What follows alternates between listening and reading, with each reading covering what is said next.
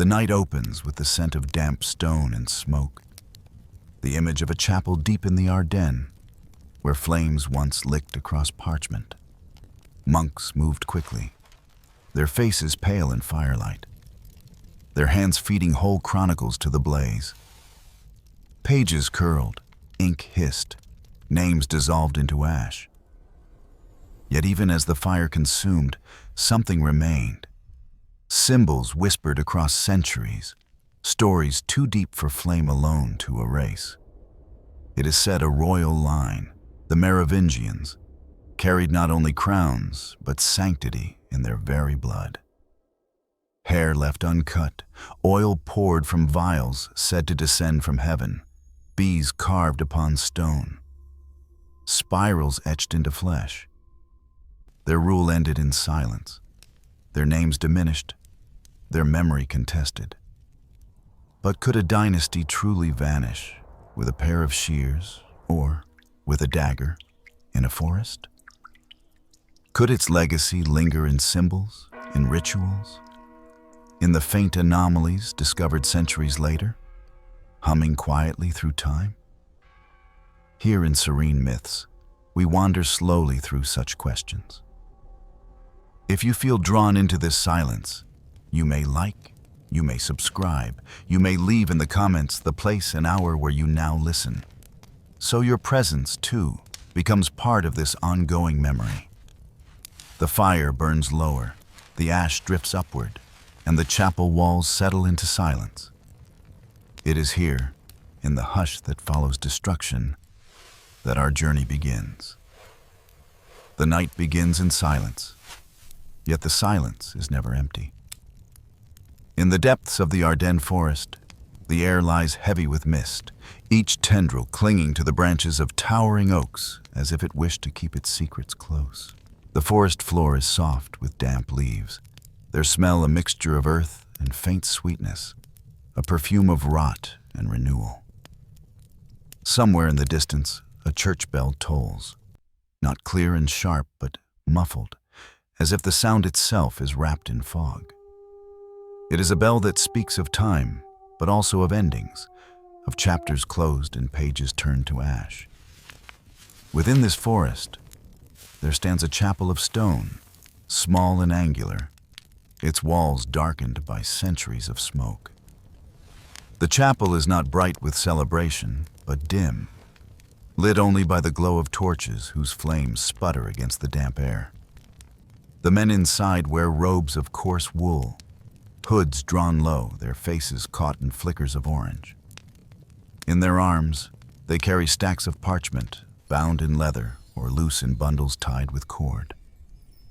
These are not common pages, but chronicles, charters, and genealogies, records of names and bloodlines.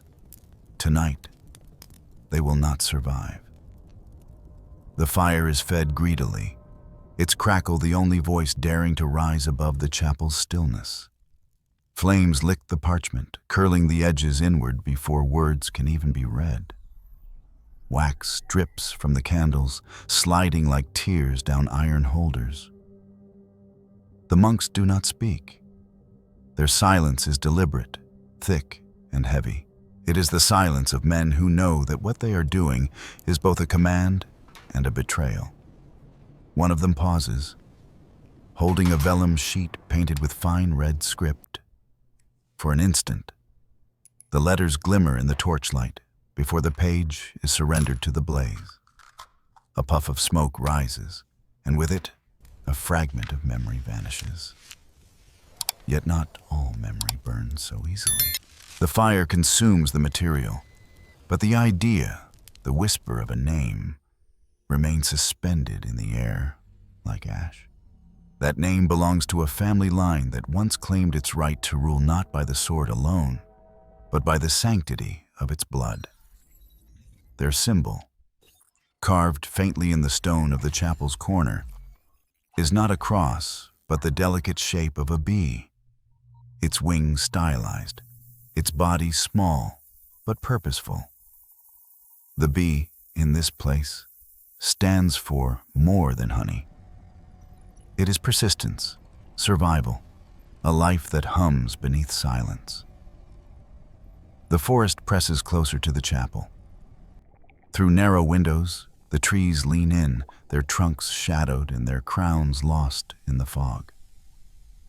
The monks feel it too, the sense of being enclosed not only by stone walls, but by a world that watches.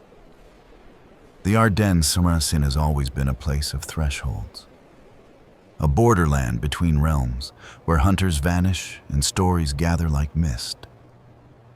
Here, silence itself seems to thicken until it can be heard as a hum. In this stillness, the act of burning takes on a strange rhythm. A parchment is offered, a flame takes it. The ash lifts. The silence deepens. The cycle repeats. Steady as a chant, the room smells of smoke mixed with resin and faint honey, for some of the bindings are waxed with beeswax. That aroma clings to the robes of the monks, a sweetness woven into destruction. Outside, the forest waits, its own kind of audience. Somewhere, a wolf howls, though the sound is more suggestion than fact, for it fades as quickly as it comes, leaving behind only the echo of unease. The men know that what they burn cannot be wholly erased. Words can vanish, but memory walks in whispers, in the faint lines of a carving, in the recollection of a name passed from mouth to mouth. What terrifies those who ordered this fire is not the ink, but the blood that cannot be burned, the blood that runs quietly through veins, hidden but alive. You stand now at the edge of this chapel. You smell the wet moss clinging to its stones. You hear the fire hiss as damp pages are thrown into it. You feel the warmth against your skin, even as the forest air presses cold into your lungs. For a moment, you sense the contradiction, destruction that feels like preservation, silence that sounds like a secret being spoken softly.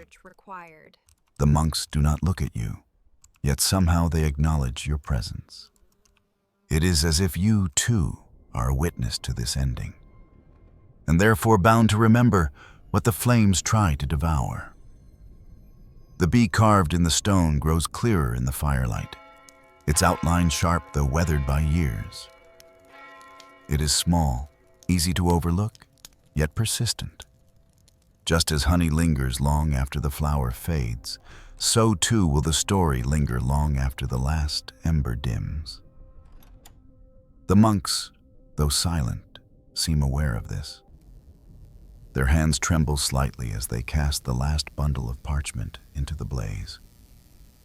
One draws the sign of the cross over his chest, but his eyes linger not on the crucifix above the altar, but on the carved bee in the corner. Perhaps even he wonders which symbol endures longer, the faith sanctioned by Rome, or the memory tied to a bloodline whispered through generations. Ash gathers on the floor, gray and soft as snow. A stray draft stirs the particles, lifting them into the air, where they dance in the glow like a fleeting constellation. Outside, the bell tolls again, slow and weary, each strike melting into the next.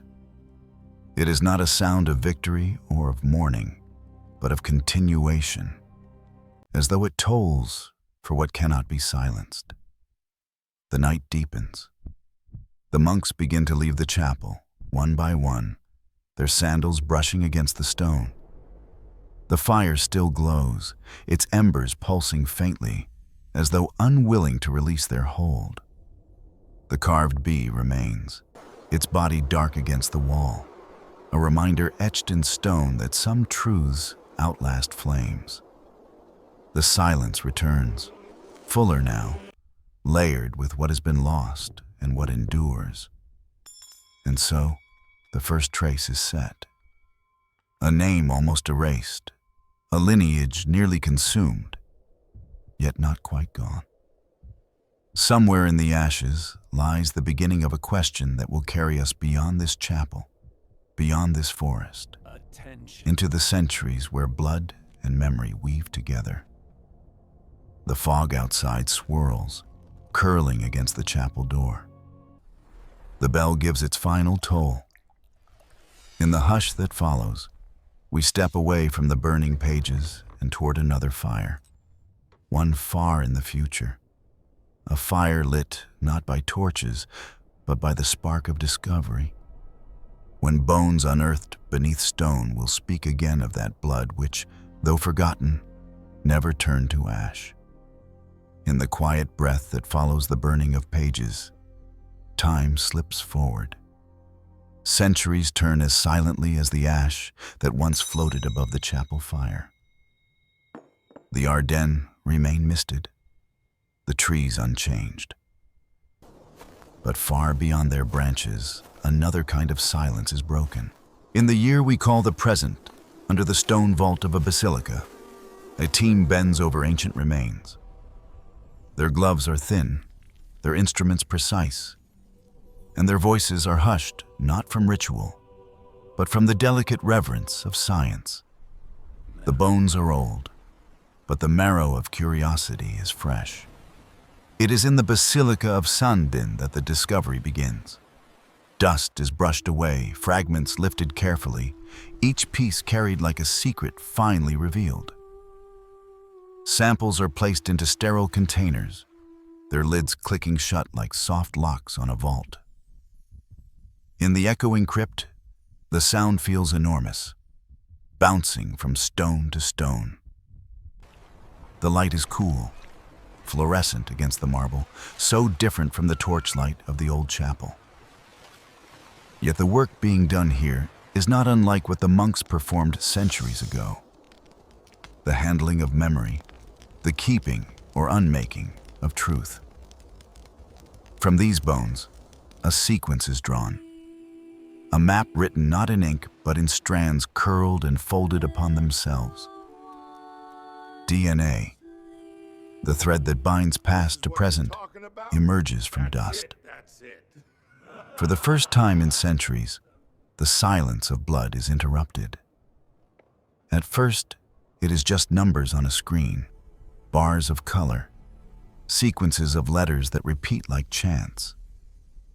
But within the chants is an anomaly, a note out of key. The sequence does not rest comfortably within the expected patterns of European lineage. It leans, just slightly, towards something else, a drift away from what is ordinary, as if a forgotten hand wrote its own marginalia into the text of human inheritance. Yet pause here, in the middle of the discovery. Let us not mistake anomaly for revelation. What we see is a signal, not a conclusion. Data, fragile as parchment, can lead astray if carried with too much certainty. Laboratories know contamination, crypts know intrusion, and bones know the long wear of centuries. The anomaly, then, must be read as a whisper, not as a shout. It says only this: there is something here, something not quite as expected, something that warrants a story. And stories, as the monks once knew, are not burned so easily. Imagine for a moment standing within that basilica. The air is cool and smells faintly of dust and wax. The floor is patterned with tiles worn smooth by the weight of centuries of feet. At the far end, an altar waits in silence, candles flickering with steady flames. Yet the real light comes from the small machines that hum on folding tables, their screens glowing with colored graphs. One of them blinks with data freshly decoded. A researcher leans forward, glasses catching the glow, and exhales softly, the kind of breath one makes when confronted with something that resists easy categorization. On the table nearby rests a bone fragment tied once with a ribbon. a ribbon that has long since faded but still shows the faint embroidery of bees. It is a strange coincidence, or perhaps not a coincidence at all. The bee, symbol of persistence, has followed us from the chapel fire to this crypt. The researcher does not note the ribbon in the official record, but he touches it briefly with his gloved hand, as if to acknowledge something older than the language of science.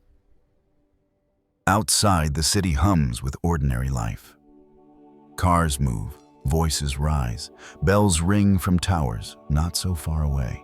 But beneath all that noise lies this vault of silence, where bones tell a story too complex for the present to fully hold. The anomaly does not declare a hidden king or a secret bloodline. It declares only a question. Still, questions are often more dangerous than answers, for they open paths where certainty once stood.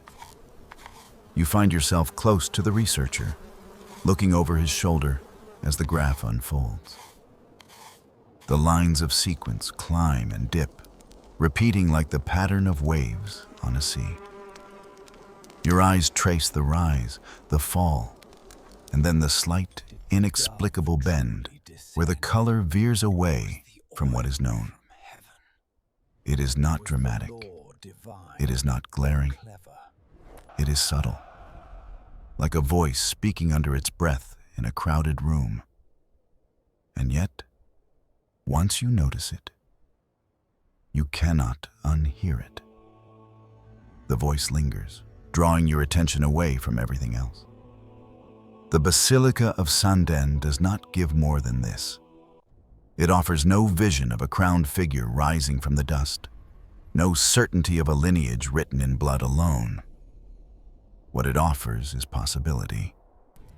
The monks once tried to burn memory into nothingness, but here in this crypt, memory returns in another form, coded into bone, persistent as ash that drifts beyond fire. There are those who would seize on this anomaly, who would claim it as proof of legends long whispered, that a royal bloodline once touched by mystery survived against the will of those who tried to erase it. There are others who would dismiss it as noise, as error, as contamination in the sequence. Between the two stands the quiet of uncertainty, a quiet that echoes the chapel's silence centuries earlier. What is lost, what survives, what is imagined. These boundaries blur in both firelight and laboratory light. The researchers record their findings. The graphs are saved, the samples stored, the report written with careful words that lean neither toward myth nor denial. But beneath the language of caution, one can still sense the tremor of discovery. To look at bones and find them ordinary is to expect nothing more than dust. To look at bones and find a whisper of anomaly is to feel the pull of stories, to sense that history may not be finished. A bell outside the basilica strikes the hour. The sound reaches down into the crypt, soft and distant. It mingles with the hum of the machines and with the echo of fire long since extinguished in the forest chapel. It is the same sound, in a way. The reminder that time continues, that silence holds, that memory resists. The anomaly is not the end. It is only the opening. Like a key slipped into a lock, it does not swing the door wide, but it suggests that a door exists. It suggests that beyond the ashes of burned pages lies a path. The monks once believed they could bury the story. The researchers now discover that stories bury themselves within the body, waiting for the right hands, the right eyes, the right questions. The ribbon with the bees rests quietly on the table. The screen glows. The crypt breathes with silence and with faint electricity. And above it all, the basilica stands, stone against sky, holding within its walls a question older than itself. From here, we step forward not with answers, but with a compass. The anomaly points us not to certainty, but to a story, one that will follow a family, a bloodline, a memory, through victories and betrayals, through rituals and ruins. And so we leave the basilica behind, carrying not proof, but possibility, not conclusion, but the spark of a question that will lead us deeper into the labyrinth of the past. The mists of the forest fade, and the crypt with its whispering machines grows quiet.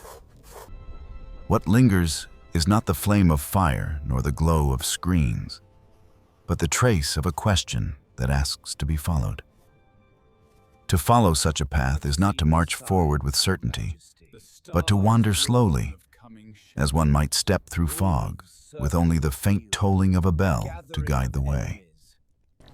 So now, let us set our feet on this path, as listeners, as seekers, as dreamers traveling into the depths of history. The first step is not a conclusion, but an invitation. You are not only a witness to ashes and anomalies. You are part of the quiet procession that carries memory onward, even when its pages are torn or burned. Imagine yourself walking down a long corridor of stone, where torches gutter softly in iron sconces. The walls are lined not with books, but with shadows. And in those shadows, the shape of forgotten kings flickers faintly. Their names hover like smoke, just out of reach. But you feel their presence, warm and insistent, urging you forward. The journey is not rushed. Its pace is slow, like the rhythm of breath in sleep, each step unfolding with care. You carry no sword, no banner, only the willingness to listen. The path is strewn with fallen leaves that crunch softly beneath your feet, and with every step, the world of the present falls away. The hum of modern machines fades.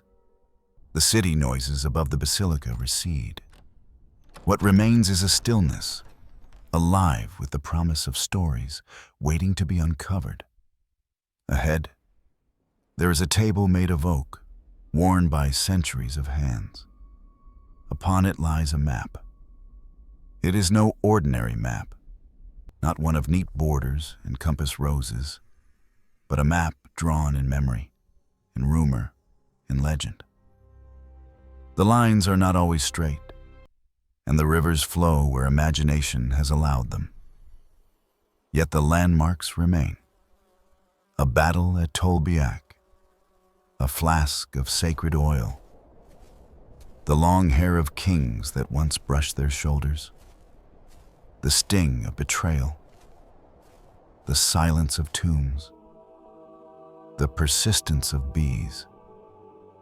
This is not a map to be trusted as fact, but one to be followed as a guide. The bee appears here again, sketched in the margins of the parchment, tiny and insistent. It hovers over Clovis, over Dagobert, over hidden valleys in the south where whispers linger. The bee marks a trail that cannot be fully erased, a breadcrumb left across centuries. If you lean closer to the map, you can almost hear the hum, faint but steady, a music that threads through every landmark. It is not a command, but an encouragement. Move gently, move slowly, keep searching. At the edge of the table lies a small brass bell. When lifted, it gives a tone not sharp but low, resonant, the kind of sound that lingers long after the strike. It feels like the bell that tolled over the forest chapel, like the bell that rang above the basilica. The sound is the same, though centuries apart. The bell ties the burning of parchment to the discovery of DNA, to the path that now stretches ahead. The tone fades, but it leaves behind a direction, a compass that does not point north, but inward, toward memory. You may feel the path now as much as see it.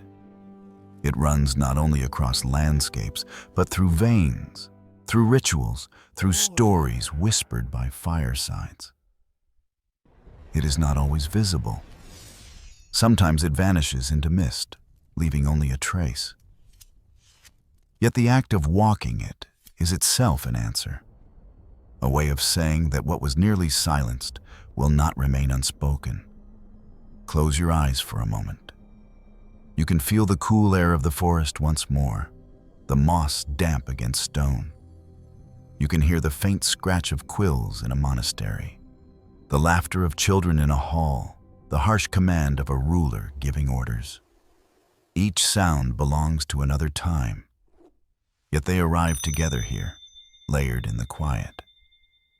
The story does not unfold in a straight line, but in circles, in echoes, in spirals. That is why the bee marks the way, not as a conqueror, but as a guide, moving gently from flower to flower, carrying pollen of memory across distances. When you open your eyes, the map has shifted. It now shows not only places, but acts, thresholds of history. The oil poured on a king's head, shimmering in torchlight. The sword raised against an enemy in the fog of battle. The shears closing against hair, a crown of identity falling to the ground. A crypt sealed, its silence louder than words. Each act leaves behind not just a mark in chronicles, but a sensation, a memory tied to the senses. The smell of oil, the weight of steel, the silence of stone. These are the landmarks we will follow. You are not alone on this road. Behind you walks a line of shadowed figures, listeners like yourself, travelers who come to seek without demanding. Their steps fall in rhythm with yours, slow, deliberate, like a heartbeat stretched across time. Ahead, the path narrows into mist. Somewhere beyond it waits the figure of Clovis, with his oil of anointing. Somewhere further, the clash of Pepin's ambition and the shorn hair of a dethroned king. Further still, the silence of a dagger in the forest of Arden. The road curves and winds, but it carries you there. There is no hurry. The story unfolds as sleep unfolds, slowly, gently, without violence. Each image comes as a wave, rising and fading, leaving behind a shimmer on the surface of thought. What matters is not speed, but immersion, the act of letting the world of memory wrap around you like a cloak. You do not chase history, you drift into it. The oak table, the map, the bell, they remain as anchors. You touch the edge of the map, feeling its texture, rough where the ink has bled, smooth where centuries of hands have traced the same lines. The brass bell sits heavy in your palm, and when you set it down again, the sound it makes is not loud, but deep, resonant, echoing in the chamber like the hum of bees. So the invitation is complete. You are no longer outside the story, peering through the window of time. You are within it, part of the procession, a seeker among seekers. The monks may have tried to erase, the basilica may have revealed, but it is you who now carries the thread. Ahead, the mist thickens, curling around the edges of the map. The bee hovers at its border, waiting. Beyond lies the beginning of kingship itself. The moment when a warrior in battle became a ruler anointed by oil, said to fall from heaven.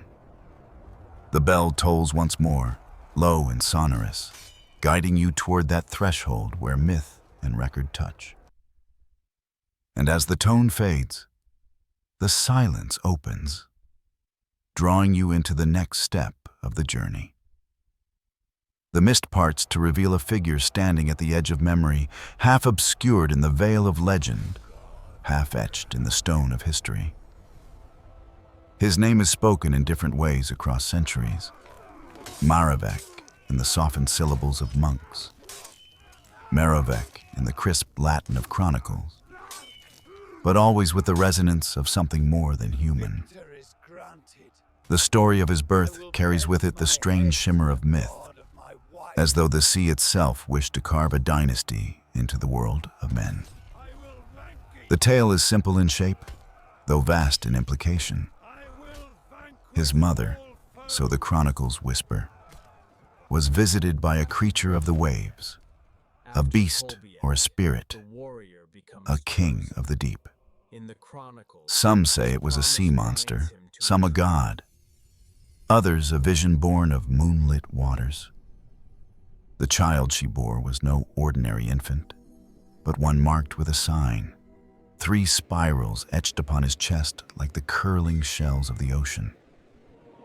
The spirals, said to represent the cycles of life, death, and rebirth, made him a being of thresholds, 1 foot in the human world, 1 foot in the realm beyond. Picture the coast where this legend was born. Gray water rolling under a silver sky, the smell of salt heavy in the air. Fishermen pull nets thick with seaweed, and among their catch, they whisper of things glimpsed beneath the surface. Shadows too large to be fish, eyes that gleam like lanterns. It is in such a place that the story of Merovec takes root. And though the world may call it superstition, the spiral mark on the infant's chest gave the tale a weight that no logic could easily dismiss. In the halls of early Frankish warriors, the story became more than rumor. It became justification. To follow Merovec was to follow not just a chieftain, but a figure chosen by forces older and deeper than kingship itself. Around fires, the men would murmur that their leader was half of this world and half of another, destined not to rule merely by strength, but by nature of being. His blood was unlike other blood. It was marked by the sea, by the spirals, by the strange union of woman and water. You can almost hear the sound of waves against the shore as this story spreads. You feel the cool spray on your face, the chill of the northern waters. You see the child carried through the halls, women singing lullabies that mix praise with fear. They brush their hands against the spirals on his chest, tracing them as though the marks were prayers inscribed on flesh. The smell of salt clings to his blankets. In their eyes, he is both fragile and eternal, a child and an omen. Not all agreed. Some called the tale a dangerous fiction, a way of draping power and mystery to elevate one clan above another. Others whispered that the mark was nothing more than a birth blemish, ordinary in form, extraordinary only in how it was told. Still, the story took hold. Legends have a way of moving faster than reason, like wildfire in dry grass. And soon the name of Merovec was wrapped in threads of the miraculous. In later centuries, chroniclers would look back and struggle with this origin. Some softened it, writing that his mother had simply dreamed of the sea and awoke with a child destined for greatness. Others leaned into it, claiming that the ocean had truly given her a lover, that Merovec was the son of Neptune himself. The spirals were redrawn again and again in the margins of manuscripts, sometimes neat and geometric, sometimes rough and hurried, as if even scribes could not let go of the image. Imagine walking into one of those scriptoria, the air filled with the scratch of quills and the smell of ink. A monk bends over a page, his hands steady, his eyes tired from candlelight. In the corner of his parchment, he sketches the spirals, not because the text demands it, but because the memory insists. Was it belief? It is a rebellion against silence, a way of preserving what might otherwise be lost. Each curl of the spiral is a small act of defiance, a refusal to let the sea-born king fade into ash. The spirals themselves became symbols, carved into stones, etched on the walls of chapels, hidden in the patterns of jewelry. To touch one was to touch the memory of Merovingian, the beginning of a line that claimed divine or monstrous right.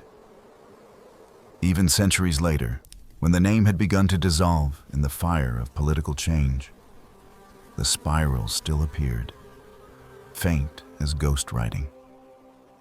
They lingered, like the hum of bees, like the toll of a bell that refuses to stop echoing. And here you pause, standing in the long corridor of memory, the oak map before you. The bee still hovers on the margins, but now beside it a spiral curls, 3 lines interwoven. It is as though the path itself acknowledges the story, folding it into the trail you are following. The spiral does not point straight ahead. It circles, looping inward, drawing you deeper into the labyrinth of origins. Whether myth or truth, the story of Merovingian set the foundation. It declared that kingship was not merely about conquest or wealth, but about blood marked as different, as chosen. It offered a narrative of destiny, one that could not be erased by the blade of a sword.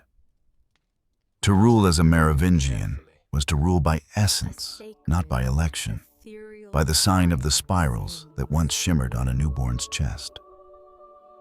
You feel the pull of the sea even now, though you stand far from its shore.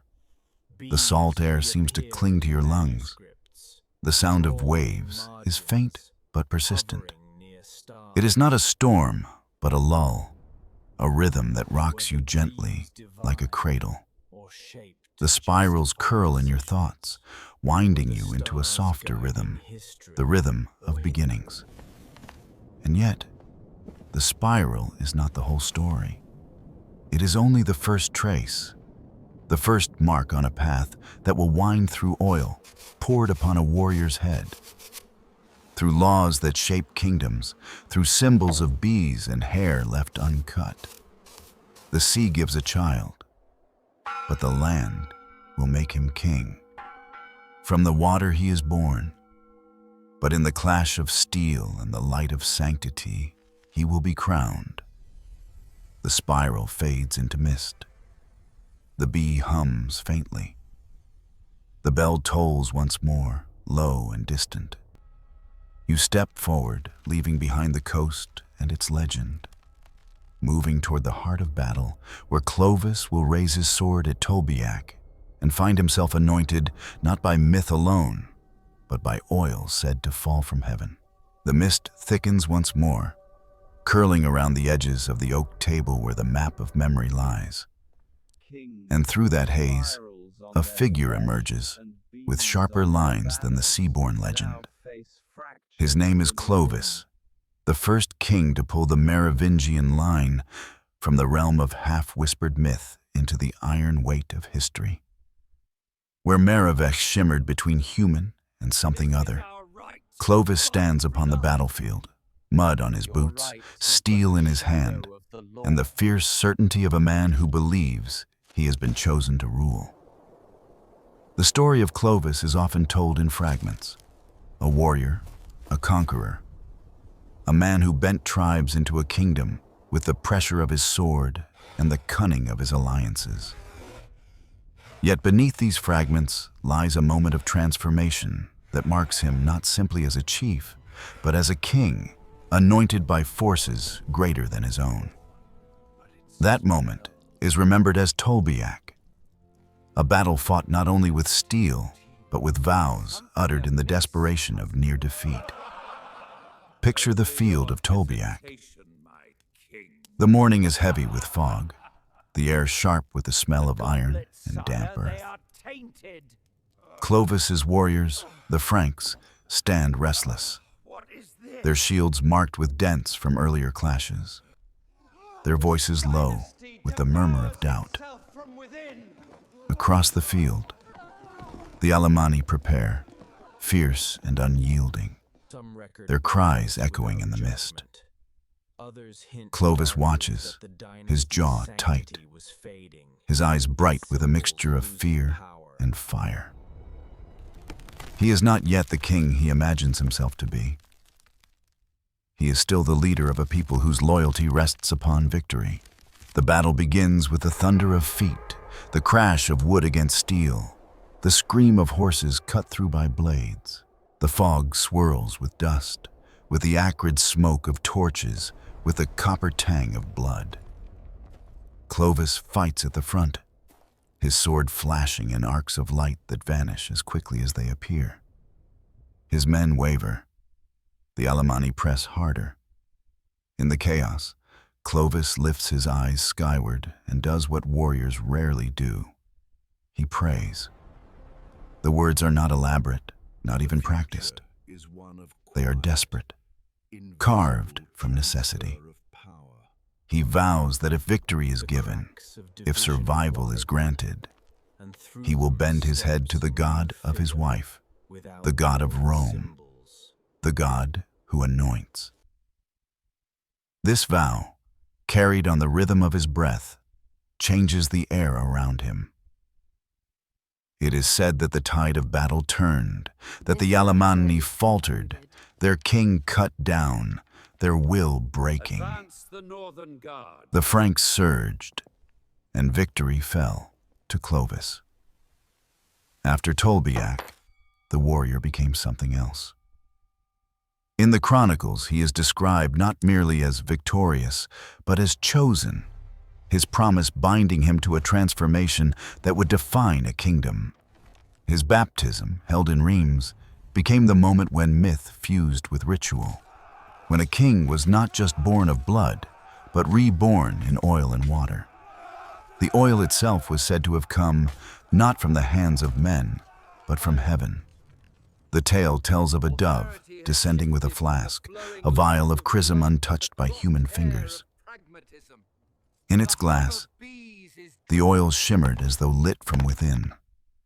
And from that moment forward, it was preserved as the holy ampulla, the vessel by which kings would be anointed.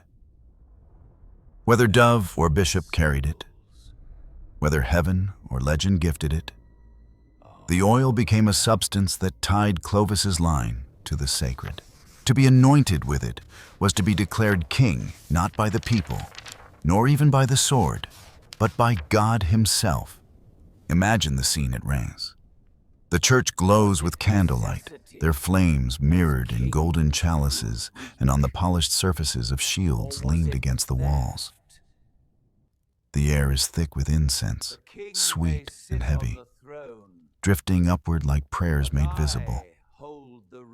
Clovis kneels, a warrior bent low, his hair falling forward as water is poured upon his head, his brow marked with oil. The fragrance of the chrism clings to him, mingling with the sweat and blood of battle still fresh on his skin. Around him, his men watch in awe, some crossing themselves awkwardly, others staring with eyes caught between faith and confusion. In that moment, Clovis ceases to be only a man of war. He becomes the embodiment of sanctified power, a king whose rule is written not only in conquest, but in consecration. The Salic law soon follows, a set of codes that shapes inheritance, property, and the very structure of his realm. More than politics, it is a declaration that the kingdom is rooted in order, in lineage, in the transmission of blood and right. The law declares that land passes through sons, not daughters, binding succession tightly to male descent. It becomes both a foundation and a chain, one that will define disputes for centuries to come. To the Franks, it is strength, clarity, structure, permanence. To later generations, it will become a point of contention, a law wielded as both shield and sword. In the endless debates of who may claim the crown, you can almost hear the quill scratching on parchment as these laws are recorded. The monk writing them dips his pen into ink, his hand steady, his breath slow. Around him, the hall is silent, save for the faint hum of bees drifting through the open window, attracted by the honeyed wax of candles. The presence of the bees is unremarked upon, yet they are there, as if history itself insists on reminding us of their persistence. The figure of Clovis grows taller in this silence. His long hair falls like a banner down his back, a symbol of the kings who will follow him, each one inheriting not only blood, but the belief that their power flows through veins anointed by oil older than themselves. The spirals of Merovingian fade into the background, but they do not disappear. They are hidden now within the folds of ritual, transformed into law and liturgy. Yet even here, questions remain.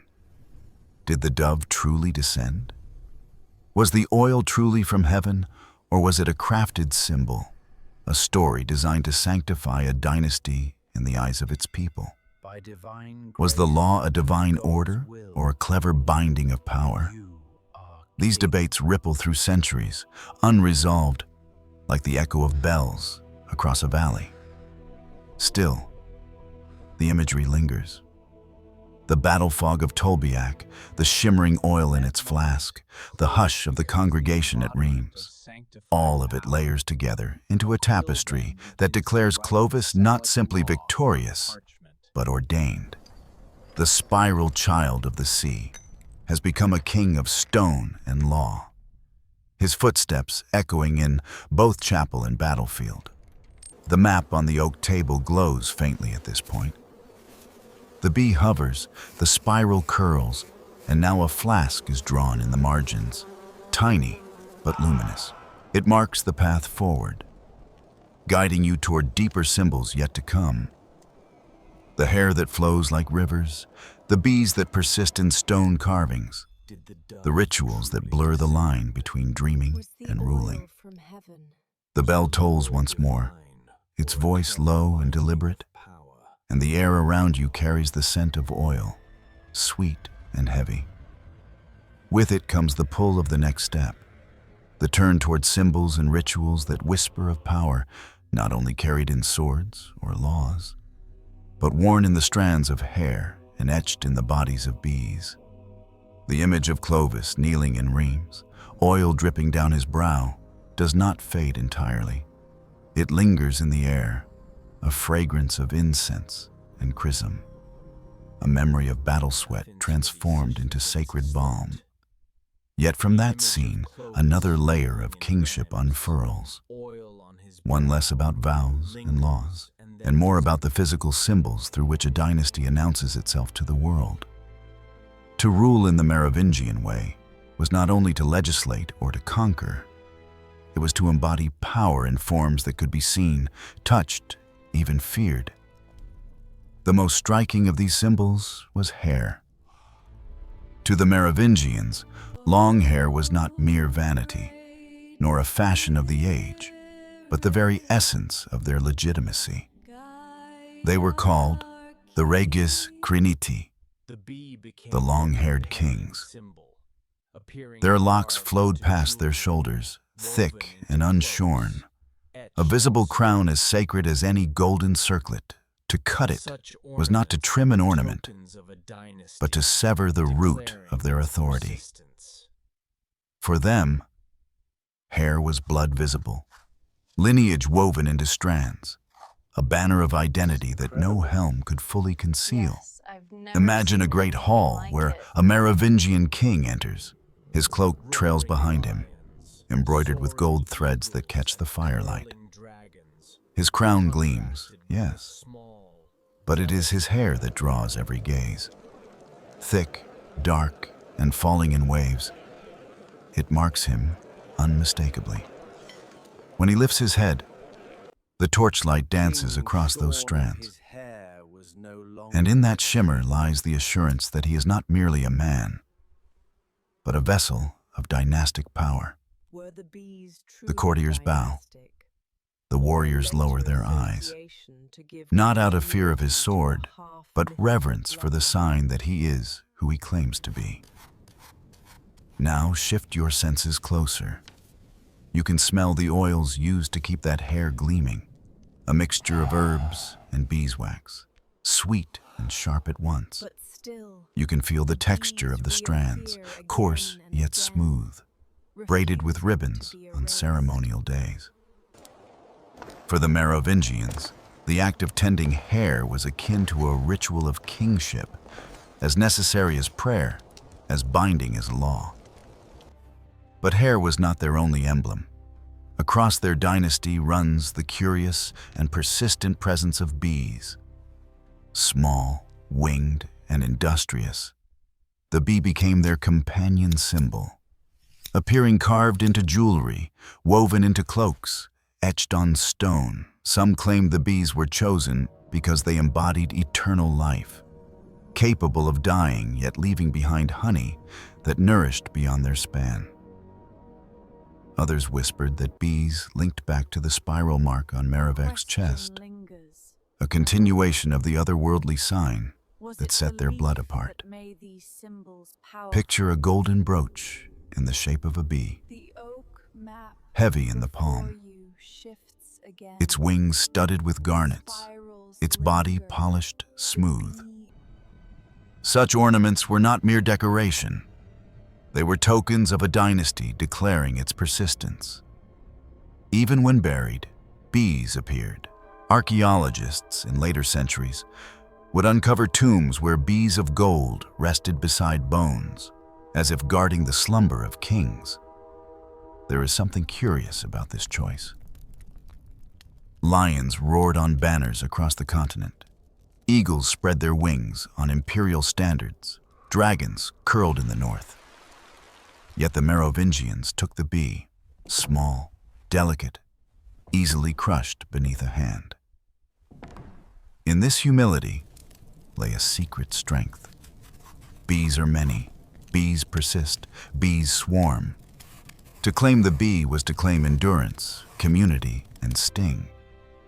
You can imagine the sound in their halls, a faint hum, not literal but symbolic, carried in the buzzing embroidery of patterns, in the carved beeswax candles glowing on stone altars. The smell of honey lingers in the air, mingling with wood smoke and sweat.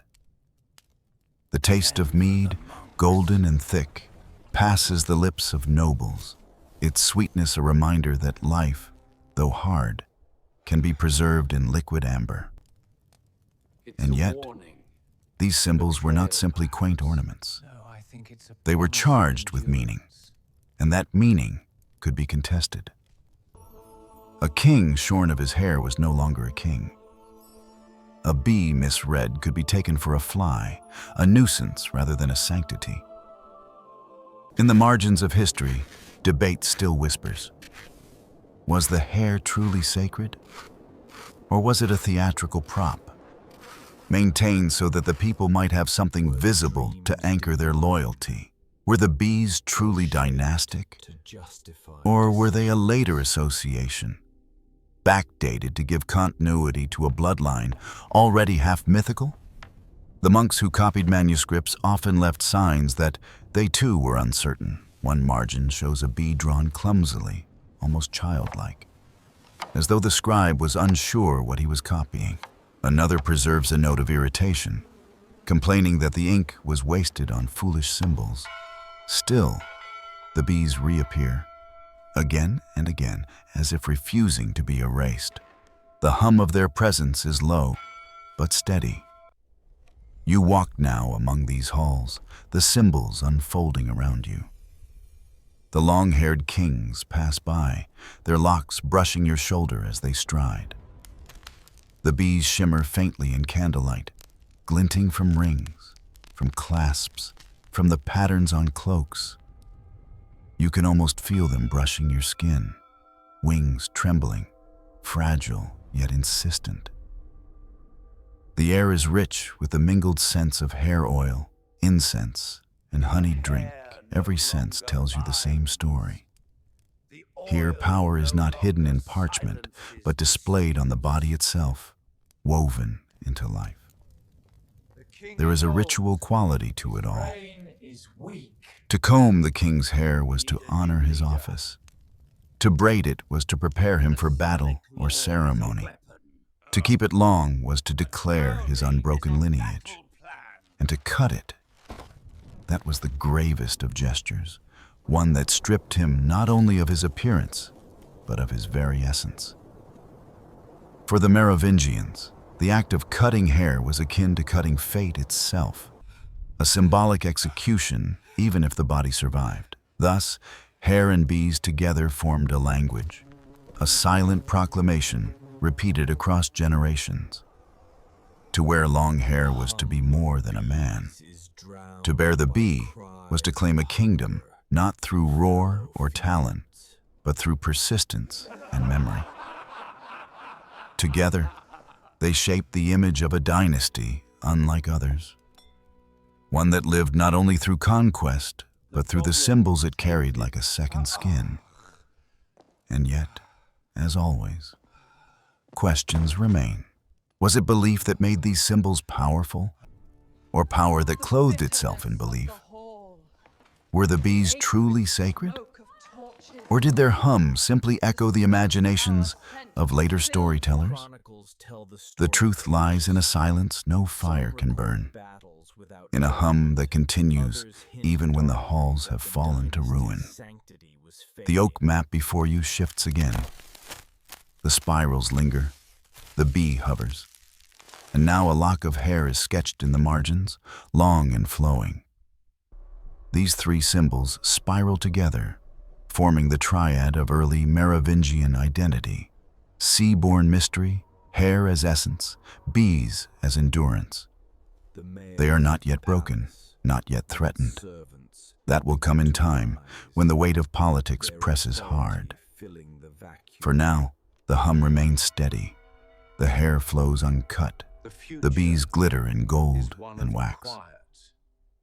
But already, in the distance, there is a shadow of strain, a whisper of disputes that fracture unity, a sense that what is bound together by symbol may one day be undone by ambition. The bell tolls again, faint and resonant, and in its sound lies the echo of cracks forming in the foundations. You follow the hum of bees into mist, where rituals of dream and omen will join the fabric of power, carrying you deeper into the labyrinth of memory. The hall of long-haired kings fades into twilight, its hum of bees dissolving into the low murmur of prayers. Beyond the torch-lit chambers lies a quieter world, though no less charged with symbols. It is the world of monasteries and scriptoria, places where silence was not only discipline, but a language of power. For the Merovingian dynasty, rulership was not confined to the sword or the crown. It extended into dreams, into visions, into manuscripts filled with stars and omens. To understand their court, one must step into this softer light, where wax glows faintly and ink darkens vellum, and where the boundary between sacred and strange blurs. Picture a monastery on a hill. Its walls are plain stone, weathered by rain, its wooden doors swollen by damp air. The corridors smell of beeswax candles and old parchment, of incense lingering after morning prayers. Monks move quietly, their sandals brushing against worn flagstones, their heads bowed not only in devotion, but in the heavy rhythm of routine. Yet behind their stillness lies a current of unusual work. These are not merely keepers of psalms or scripture. They are guardians of a different kind of knowledge. Astronomy, dreams, patterns written into the night sky. Inside the scriptorium, the air flickers with the glow of oil lamps. Quills scratch steadily, the sound like the rustle of wings. On the tables lie manuscripts where sacred texts mingle with diagrams of stars, planetary alignments, circles within circles. The monks do not call it astrology in the way we might today. For them, it is the reading of God's creation, signs hidden in the heavens that mirror the rhythms of kingship on earth. When a comet streaks across the sky, they note it in margins with care, believing it heralds not only famine or plague, but the rise or fall of dynasties. And so, the Merovingian court absorbed this rhythm of dream and star. Kings consulted monks not only for prayers, but for interpretations. A dream of wolves circling a field might be taken as a warning of enemies gathering. A star that burned brighter than the rest might be read as confirmation of divine favor. These interpretations became as weighty as law, influencing decisions of battle, marriage, or succession. Imagine now one such night. A Merovingian king lies in his chamber, the air heavy with the scent of resin burning in a small bronze brazier. His sleep is uneasy. He dreams of a river of blood flowing into a golden cup, of bees swarming into a tower, of hair cut and falling to the ground, but growing again from the earth like grass. He wakes with a start, sweat cold on his brow, and sends immediately for the monks. They arrive with tablets and ink, recording his vision, interpreting its layers. Some say it is a warning of betrayal. Others declare it a promise of endurance. The king listens, troubled yet soothed, for the dream becomes not a private fear, but a public omen, folded into the fabric of rule. You can feel the strangeness of such a night. The room smells of smoke and honey. The whispers of monks brush against the stone walls like moths against a flame. Their words are hushed but charged, as if they know they are shaping history not by action, but by interpretation. In their hands, dreams become weapons, omens become armor. The court breathes in their verdicts, carrying them like invisible banners into decisions that shape kingdoms. The manuscripts that survive from these monasteries reveal not only psalms, but elaborate illustrations. One shows Christ enthroned among stars, each one labeled with a name. Another depicts a king kneeling beneath a spiral of constellations, his crown shining like a planet. These are not idle decorations. They are records of a worldview in which power was never separate from vision, where the act of ruling meant listening to signs as much as to counsel. Even the bees reappear in these manuscripts, drawn in margins, hovering near stars. They hum in silence on the page. A monk dips his quill into ink, his hands steady as he sketches their wings. To him, the bee is not only a creature of earth, but a symbol that bridges the realms, carrying pollen as monks carry words, moving between the ordinary and the divine. The long hair of kings, the oil of anointing, the hum of bees, the glow of stars. Together they form a tapestry where rulership feels as much a dream as a fact. And yet, again, questions arise. Were these dreams truly divine, or were they shaped to justify decisions already made? Were the stars guiding history, or was history using stars as a mirror? Did monks record faithfully, or did they bend visions into tools of persuasion? The silence of their scriptoria does not answer. It hums with ambiguity, leaving space for wonder and doubt alike. You step into one of these rooms now, the air warm with wax, the walls breathing with shadows. A monk glances up, his face pale in lamplight, his eyes tired yet steady. He gestures toward a page where bees dance among constellations, where a spiral curls into the figure of a crown. The ink is still wet, glistening faintly. You feel the weight of the moment. This is not history being preserved, but history being shaped, one line at a time.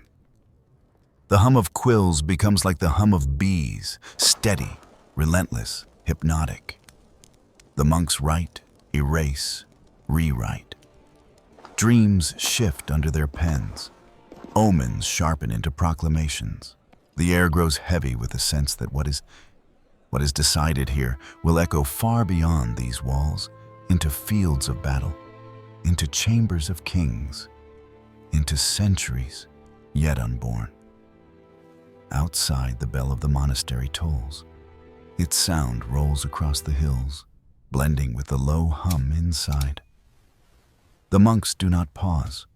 They continue to write, their silence as steady as the bell's voice. The world outside may be restless, fractured, loud.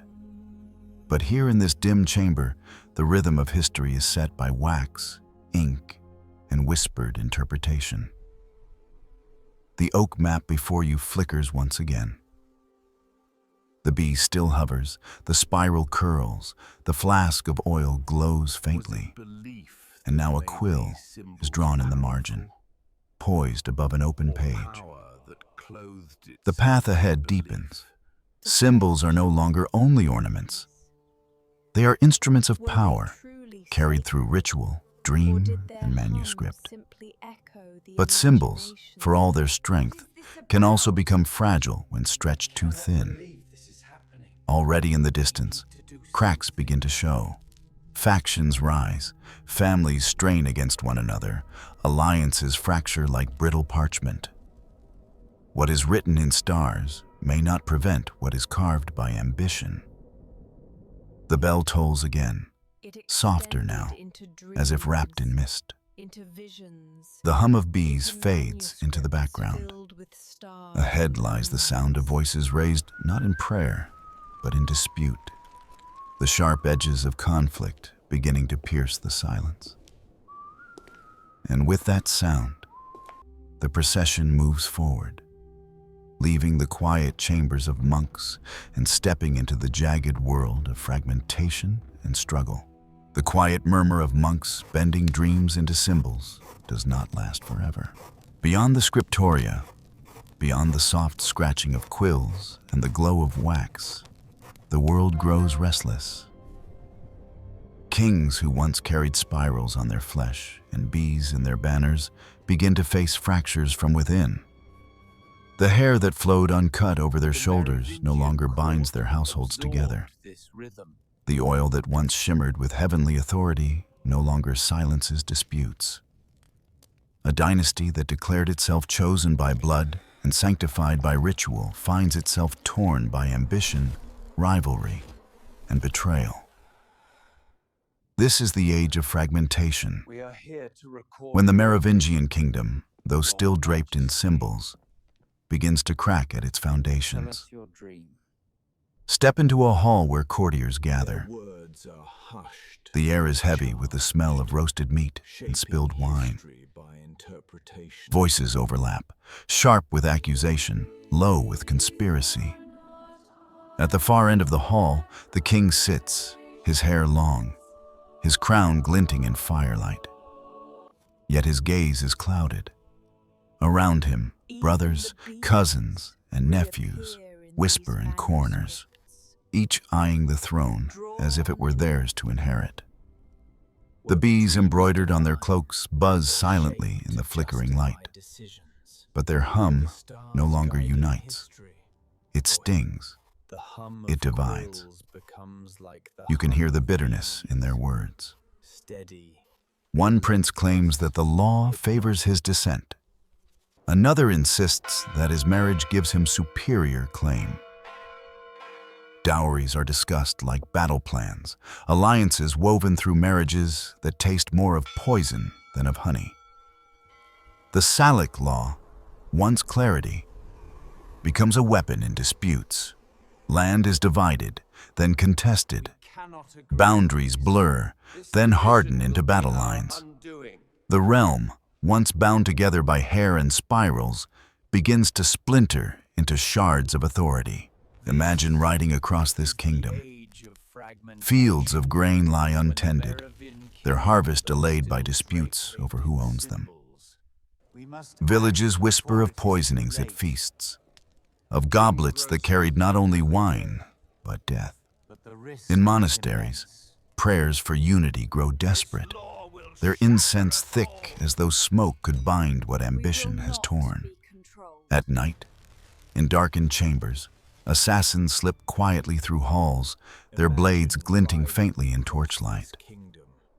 Brothers who shared cradles as children now plot each other's downfall. The hair of the kings remains long, but its meaning weakens. Once a mark of sanctity, it becomes a target. Imagine a rival cousin grasping a lock of hair in his fist, tugging it sharply, not as a gesture of respect, but as insult. A reminder that hair can be pulled, cut, humiliated. The bees remain etched on brooches and carved into stones, but their hum grows discordant. Less the harmony of a hive than the scattered buzz of swarms breaking apart. And through it all, the people endure famine and fear. The hum of bees is drowned by the cries of hunger in fields left fallow. The oil of anointing is poured still, but its fragrance no longer carries the weight of heaven. It smells instead of routine, of empty ceremony repeated while the realm crumbles. There is a night when a feast is held in a royal hall, the fire roaring in its hearth, the air thick with meat and mead. The courtiers laugh, but their laughter is edged, brittle. At the head of the table, the king lifts a goblet, and his lips touch the rim with hesitation. Somewhere down the line, a rival cousin smirks faintly, the smile sharp as a blade. Before the night ends, a servant whispers of sickness, of goblets tainted. The king stumbles from the hall, his hair spilling across his face, his crown askew. Whether by poison, by betrayal, or by fate, his line falters. You can smell the bitterness of that hall, the acrid smoke of torches, the sweet sour scent of wine spilled on stone, the copper tang of fear. You can hear the scrape of chairs as courtiers rise suddenly, the murmur of conspiracies as servants scurry to and fro. You can feel the tension of a dynasty devouring itself from within. Some chronicles speak cautiously of these fractures, recording battles and rivalries without judgment. Others hint more darkly, suggesting that the Merovingian sanctity was already fading, that their symbols had lost power. But even here, ambiguity reigned. Was the dynasty undone by its own ambition, or by forces outside, by nobles eager to weaken the crown, by bishops nudging loyalties away from blood toward altar? The oak map before you shimmers. The spirals still curl faintly, the bee still hovers, the hair still flows. But now cracks run across the parchment, jagged lines that split the symbols apart. In the margins, faint stains of wine appear, dark and red, as though spilled from a goblet knocked over by treachery. The map is no longer whole. It is fragmented, like the kingdom it represents. You stand at the edge of one of these fissures, the air cool, the mist curling inward. The sound of bees is faint, scattered. The toll of bells grows uneven, some ringing in one valley, others in another, their voices no longer harmonized. You feel the kingdom breaking, the unity slipping, the symbols struggling to hold together.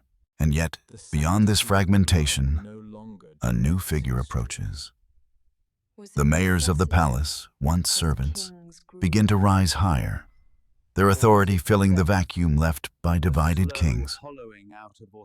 The long hair of sanctity remains, but power is shifting toward cropped heads and practical seals. In the distance, the sound of quills scratching grows louder than the hum of bees, a reminder that governance is being rewritten. The bells toll again, low and uneven, their echoes scattering across valleys. The mist thickens, curling over the cracks in the map, carrying you forward into the halls where mayors speak with more weight than kings, where authority changes hands quietly, almost invisibly, beneath the long shadow of ambition. The cracks of division widen, and through them steps a new kind of figure, one who carries no spiral mark upon his chest, no long hair flowing down his back, no bee etched upon his banner. His authority is not woven into myth or sung into lullabies. It is written in ink, pressed into wax, counted in coin, and moved by armies whose loyalty bends toward the voice that commands rather than the blood that claims. This is the rise of the mayors of the palace, the mayores domus, and with them comes a subtle but decisive inversion of power. Imagine a council hall, once dominated by the aura of a king whose hair gleamed in torchlight, who embodied the sacred thread of blood that stretched back to Merovingian. Now, the throne is still there, the king still seated, his hair flowing as before. Yet the atmosphere has shifted. When decisions must be made, eyes turn not toward the throne, but toward the man seated a little closer to the center of the hall. Plain in his robe, his hands stained with ink, his seal hanging heavy at his side. This is the mayor. He does not dazzle with symbols, yet his words move men like pieces on a board. You can hear the murmur of voices in that hall. Messengers come forward with scrolls, and it is the mayor who opens them. Nobles raise disputes, and it is the mayor whose judgment settles them. Soldiers wait for orders, and though the king nods, it is the mayor whose voice carries the commands. The air smells less of incense now, and more of parchment and wax, the practical sense of administration. The golden shimmer of ritual oil has dimmed. What gleams instead is the red wax of seals, stamped deep and final onto parchment. One figure rises above the rest, Pepin of Herstal, the mayor who transformed the office from steward to sovereign in all but name. Under his hand, Austrasia expands its power, and the mayoralty becomes not a temporary role, but a dynastic inheritance in its own right. His son, Charles Martel, wields armies with a vigor that kings had once been expected to show, turning back foes at Tours and claiming the mantle of savior of Christendom. The victories that echo across valleys are no longer sung in the name of the king, but in the name of a mayor. Picture the battlefield at Tours, the clang of steel, the cries of men, the banners whipping in the wind. Soldiers chant not the name of a king cloistered in ritual, but of Martel, the hammer, son of Pepin. The king's long hair, sanctified though it may be, does not reach the field. Authority has shifted from the flowing locks of blood to the cropped hair of pragmatism. The hum of bees is drowned in the thunder of hooves, the toll of bells in the clash of arms. Back in the halls, the inversion of symbols grows more stark. The king's signature appears at the top of decrees, ornate and flourished. Yet below it, the mayor's seal presses deep into the wax, blunt and decisive. One is a gesture, the other an act. Without the seal, the decree is empty. With it, the decree has force. The balance has tipped. The symbols of the Merovingians remain, but they have been hollowed. Shells filled with ceremony, while the marrow of power has been consumed by another.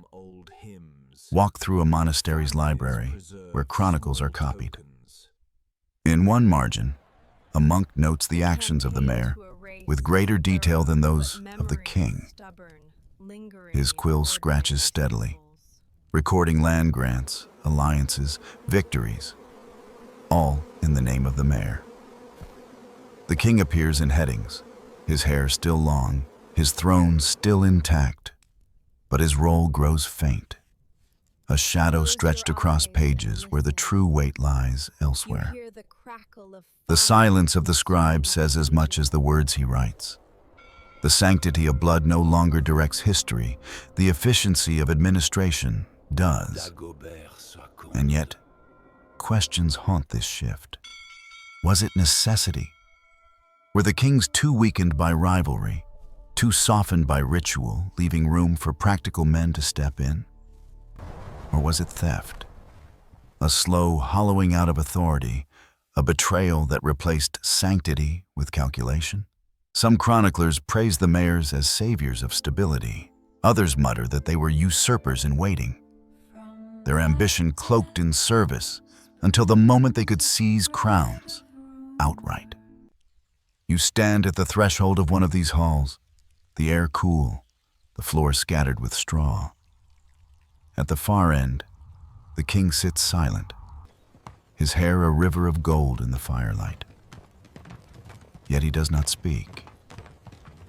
The mayor leans forward, his voice calm but firm, his hands moving across parchments as he dictates. The courtiers nod, the soldiers await his command. You smell the tallow of candles, the ink drying on parchment, the iron tang of seals pressed into hot whey.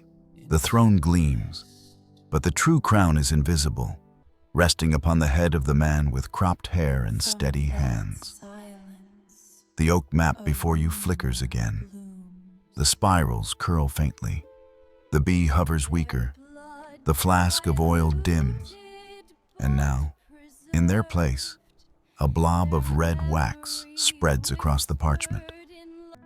A seal presses into it, blunt, unadorned, yet powerful.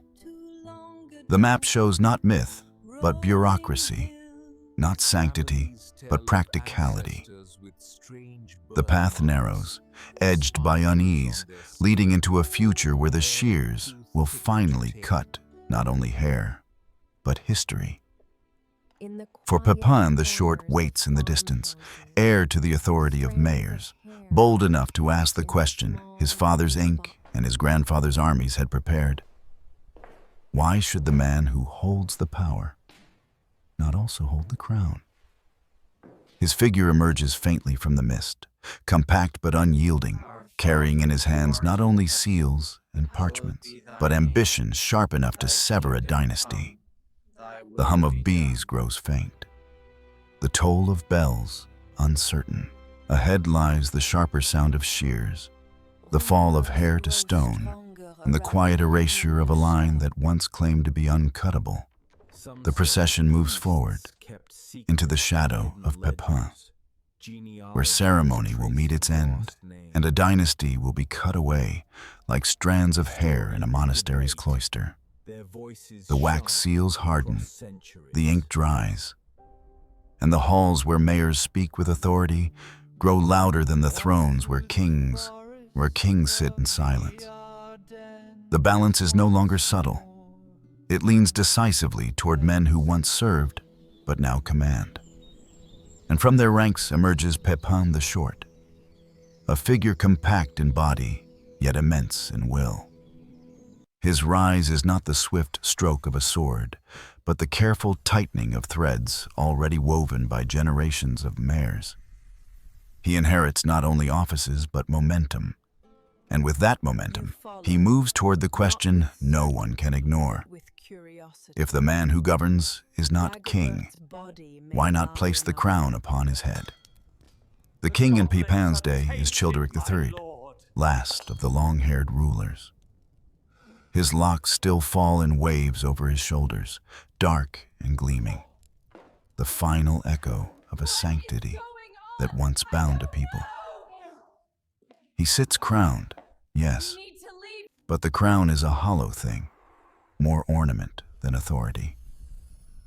He presides, but he does not govern. His words echo faintly in halls where the courtiers' ears are tuned to Pepin instead. His throne remains intact, yet the weight of it presses upon him rather than radiating from him. Pepin knows that symbolism alone cannot sustain a kingdom. He also knows that ambition without sanction crumbles, and so he looks beyond his nobles, beyond his armies, beyond even the borders of his realm, to the altar in Rome where the Pope resides. In this altar lies a new kind of legitimacy, one born not of spirals or bees or uncut hair, but of the Church's blessing. Letters are sent, questions posed, journeys made across the Alps to seek counsel from Pope Zachary. The question is sharp, its answer decisive. Is it right that a man who holds no power remains king, while the one who governs as king wears no crown? The Pope's reply is unambiguous. Better that the one who governs as king should also be king in name. With those words, centuries of sanctity rooted in hair and myth collapse. The Church, guardian of symbols, lends its weight not to the lineage of Merovingian, but to the practicality of Pepin. The scissors, long prepared, are lifted at last. Now imagine the scene of deposition. The hall is tense, filled with courtiers and bishops. Childeric sits stiffly, his long hair gleaming in torchlight, his eyes wide with disbelief. Attendants step forward, bearing not swords, but shears. The sound they make is sharper than any blade, a metallic snip that carries the weight of regicide. Strands of hair fall to the ground, heavy, curling upon the stone like remnants of sanctity itself. Each cut severs not just hair, but a dynasty's claim. The long-haired king becomes a man shorn, his essence stripped. When the last locks lie scattered, he is no longer king, but monk, exiled to a monastery where silence will close around him like a tomb. The moment is chilling in its simplicity. No blood is spilled, no body falls. Yet the effect is as final as execution. The Merovingian line, born of spirals and sea, anointed with oil, crowned with bees, is undone with the stroke of shears. The silence that follows is deep, a silence that tastes of finality. The courtiers bow, not to the fallen king, but to the rising mayor who now claims the crown. Was it necessity? Pepin's coronation glows with ceremony. Bishops gather, the air heavy with incense, the sweet fragrance of chrism thick as it is poured upon his head. Bells toll sharply, ringing across valleys, drowning the echoes of shears with proclamations of sanctity. The oil poured is no longer the miraculous ampulla said to have descended from heaven, but the consecrated chrism of the Church, wielded by human hands. Yet in its application lies new legitimacy. Pepin's crown is not mythic, but ecclesiastical, not born of spirals, but of papal sanction. Picture the cathedral, the golden light of candles shimmering against jeweled chalices, the voices of choirs rising in layered harmony. Pepin kneels, small in stature but unyielding in posture. As the oil touches his forehead, as the crown is lowered upon his head, the people see not theft, but continuity reshaped.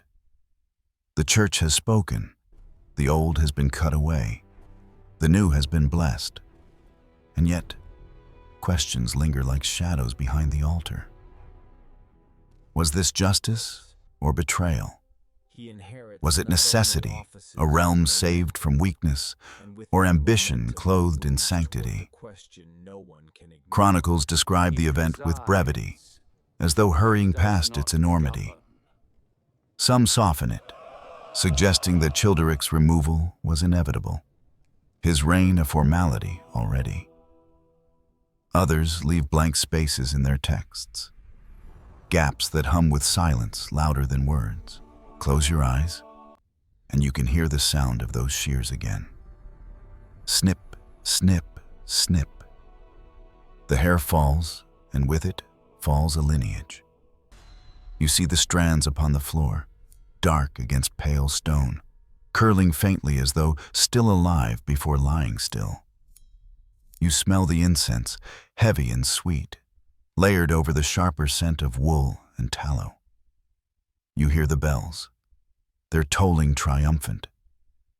Yet beneath their clang you sense the silence of a dynasty cut short. The oak map flickers before you. The spirals dim. The bees hum faintly. The oil flask fades. In their place appears a pair of shears, sharp and final, drawn in the margins. The map itself seems scarred, its lines severed, its path narrowed. The procession of memory moves forward, but it does so over the silence of a dynasty undone. Pepin rises crowned, his dynasty begun. The Carolingians step into the light, their authority sanctioned not by spirals or bees, but by papal decree. Yet even as the bells ring, even as choirs sing, a question lingers in the mist. If hair can be cut, can memory be severed? If crowns can be shifted, can bloodlines truly be erased? The bells toll slower now, fading into distance. The shears are silent, their work complete. Ahead lies not triumph but erasure, where parchments will be burned, chronicles altered, and memory itself rewritten. The hum of bees grows faint, almost lost, yet still it lingers, hidden beneath silence, waiting for its chance to return. The clang of bells from Pepin's coronation fades, replaced by a different sound, the crackle of fire and the silence of missing words. For power does not only shift through shears and crowns, it reshapes itself in memory, and memory is written on parchment. To erase a dynasty fully, it is not enough to exile kings to monasteries. Their symbols must be stripped from chronicles, their stories burned from pages, their names blurred in ink. And so begins a quieter campaign, as devastating as battlefields, but fought with quills and flames. The campaign to rewrite history. Picture a scriptorium, not filled with the steady hum of bees and whispers of omens as before, but with an urgency that feels heavier, almost fearful. Monks bend over desks, their quills scratching in haste, copying chronicles under orders. Pages are replaced, margins altered, entire sections excised. The air smells of ink sharper than usual, of wax melting too fast, of vellum singed where candles have leaned too close. Outside, bundles of old documents lie stacked in piles, ready to be burned. The fire consumes them with greedy tongues, ash lifting into the rafters, symbols dissolving into smoke. You can hear it if you listen closely, the faint hiss of parchment curling in flames, the snap as bindings release. Names vanish in that crackle, names of kings once called sanctified by hair and oil, now reduced to ashes drifting on the air. The monks say little. Some follow orders, their eyes lowered. Others glance uneasily at the flames, as though afraid that erasing memory is itself a kind of blasphemy. Dagobert. A chronicle is copied anew. Dagobert. Where once Merovingian kings had been listed with reverence, their entries are shortened, their deeds minimized.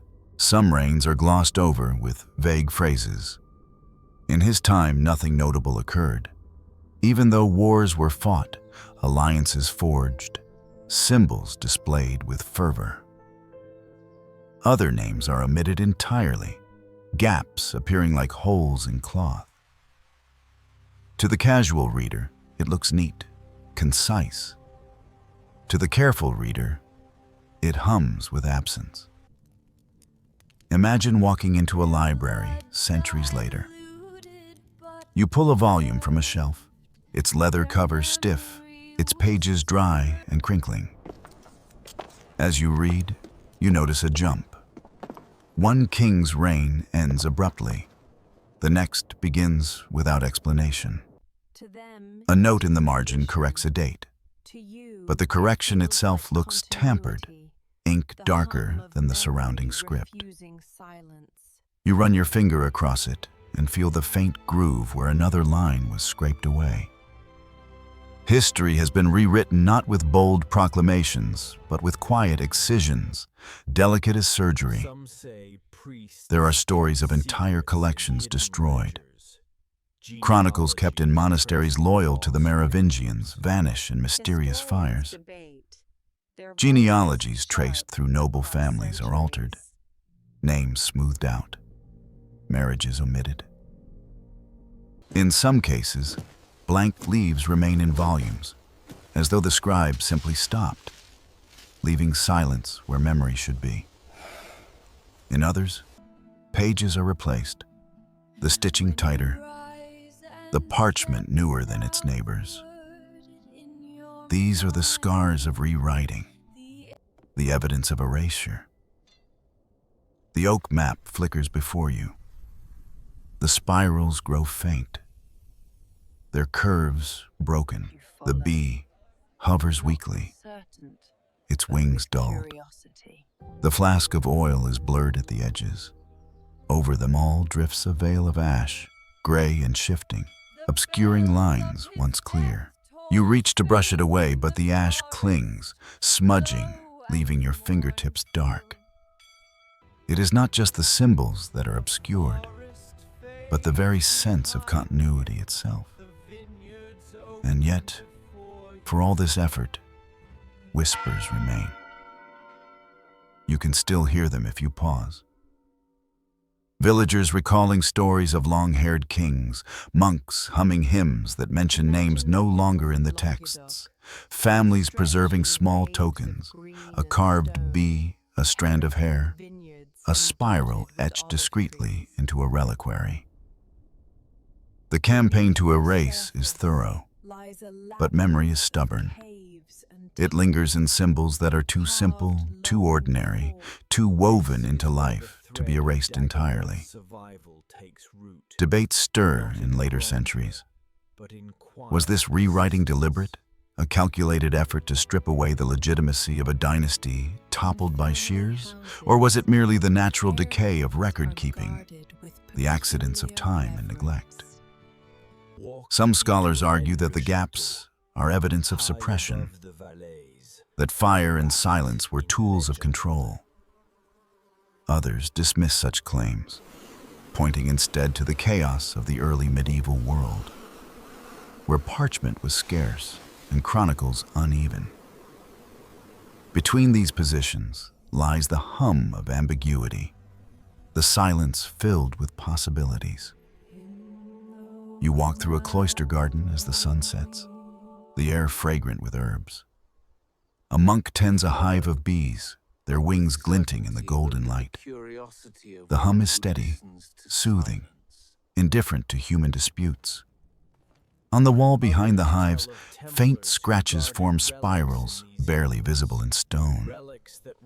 Perhaps they were carved long ago by idle hands. Perhaps they were left as marks of defiance, a quiet refusal to let memory vanish. The monk does not acknowledge them, yet his fingers linger on the grooves as he walks past. Close your eyes and listen. You hear the crackle of fire consuming pages. You hear the scratching of quills revising lines. You hear the silence of names withheld. And beneath it all, You still hear the hum, the bees refusing to be silenced, the spirals curling in hidden places, the oil's fragrance lingering faintly even as its flask is forgotten. The bells toll faintly, not triumphant now, but uncertain, their echoes scattered by smoke. The air tastes of ash, the sky darkened by memory undone. Yet through the haze, a figure begins to emerge, cloaked not in ink or fire, but in the secrecy of lineage. Dagobert II waits in the forest, his death unresolved. His descendants whispered to have fled south. The rewriting of history cannot prevent the persistence of rumor, and rumor begins to weave its own tapestry of survival. The procession moves forward, leaving behind ash and silence. The bells fade, replaced by the rustle of leaves in the Ardennes, where the forest grows dark and the story of assassination and hidden heirs begins to stir. The smoke of burning parchment lingers in the air, heavy with the scent of ink turned to ash. Yet memory does not vanish so easily. Beyond the halls where monks scrape names from vellum, in forests where mist curls low and silence lies thick, the story of a king's death takes shape, a story that refuses erasure. Dagobert II, last of his line to rule with a measure of autonomy, meets his end not in ceremony, but in the shadows of the Ardennes. And from that, death springs a thread of rumor, a whisper of survival, a possibility that though the line was cut at the crown, it lived on in blood. Picture the forest where it happened. The trees rise tall, their trunks damp with moss, their branches knit together so tightly that sunlight trickles through only in broken fragments. The air is cool, smelling of earth and leaves, tinged with the faint metallic scent of water from hidden springs. In this hush, assassins wait, their breaths shallow, their blades hidden beneath cloaks. Dagobert rides with only a small retinue, his hair flowing long as tradition demands, his cloak brushing the ground. He does not expect betrayal, yet betrayal has already been sealed. The strike is sudden. A blade flashes, swift and quiet, plunging into the king. The forest absorbs his cry, the leaves trembling but not breaking the silence. His body slumps, his hair falling across his face like a final veil. He dies not upon a battlefield with armies watching, but in secret, under trees that keep their counsel. His blood soaks into moss and soil, his breath fading into mist. The assassins vanish into shadows, their task done, their silence as complete as the forest's. And yet, from that silence, a rumor blooms. For even as chronicles record Dagobert's death, whispers say he left behind a child. Some claim the child was spirited away by loyalists, carried south to the lands of the Visigoths, where old alliances still held sway. Others suggest a secret marriage, a line of heirs hidden not in thrones, but in villages. Their blood diluted, but preserved. Their memory whispered in lullabies and carved into stone. Travel south in your mind to Languedoc, where the hills roll into valleys, where vineyards climb terraces and olive groves shimmer in silver green. The air is warmer, filled with the fragrance of lavender and the hum of cicadas. Here, amid the stone villages and winding paths, stories take root. Families tell of ancestors with strange birthmarks, spirals upon their skin, locks of hair too thick to tame. Chapels hold carvings of bees and spirals that the priests do not explain. In the quiet corners of farmhouses, strands of hair are kept in small wooden boxes, passed from mother to daughter, father to son, as if guarding a secret too fragile to speak aloud. The procession Imagine moves walking into a forward, small church leaving perched upon a ash hill. and silence behind. Its walls are As rough, the its bells roof low, fade, its air cool with the scent of stone and wax. On the altar stands a carving not of lions or eagles, but of bees, etched into the wood as though their wings might carry prayers upward. In a corner, a fresco shows a spiral curling across a saint's garment, so faint it might be overlooked, so deliberate it cannot be accidental. Villagers kneel before it, crossing themselves with quiet reverence. To them, it is simply tradition.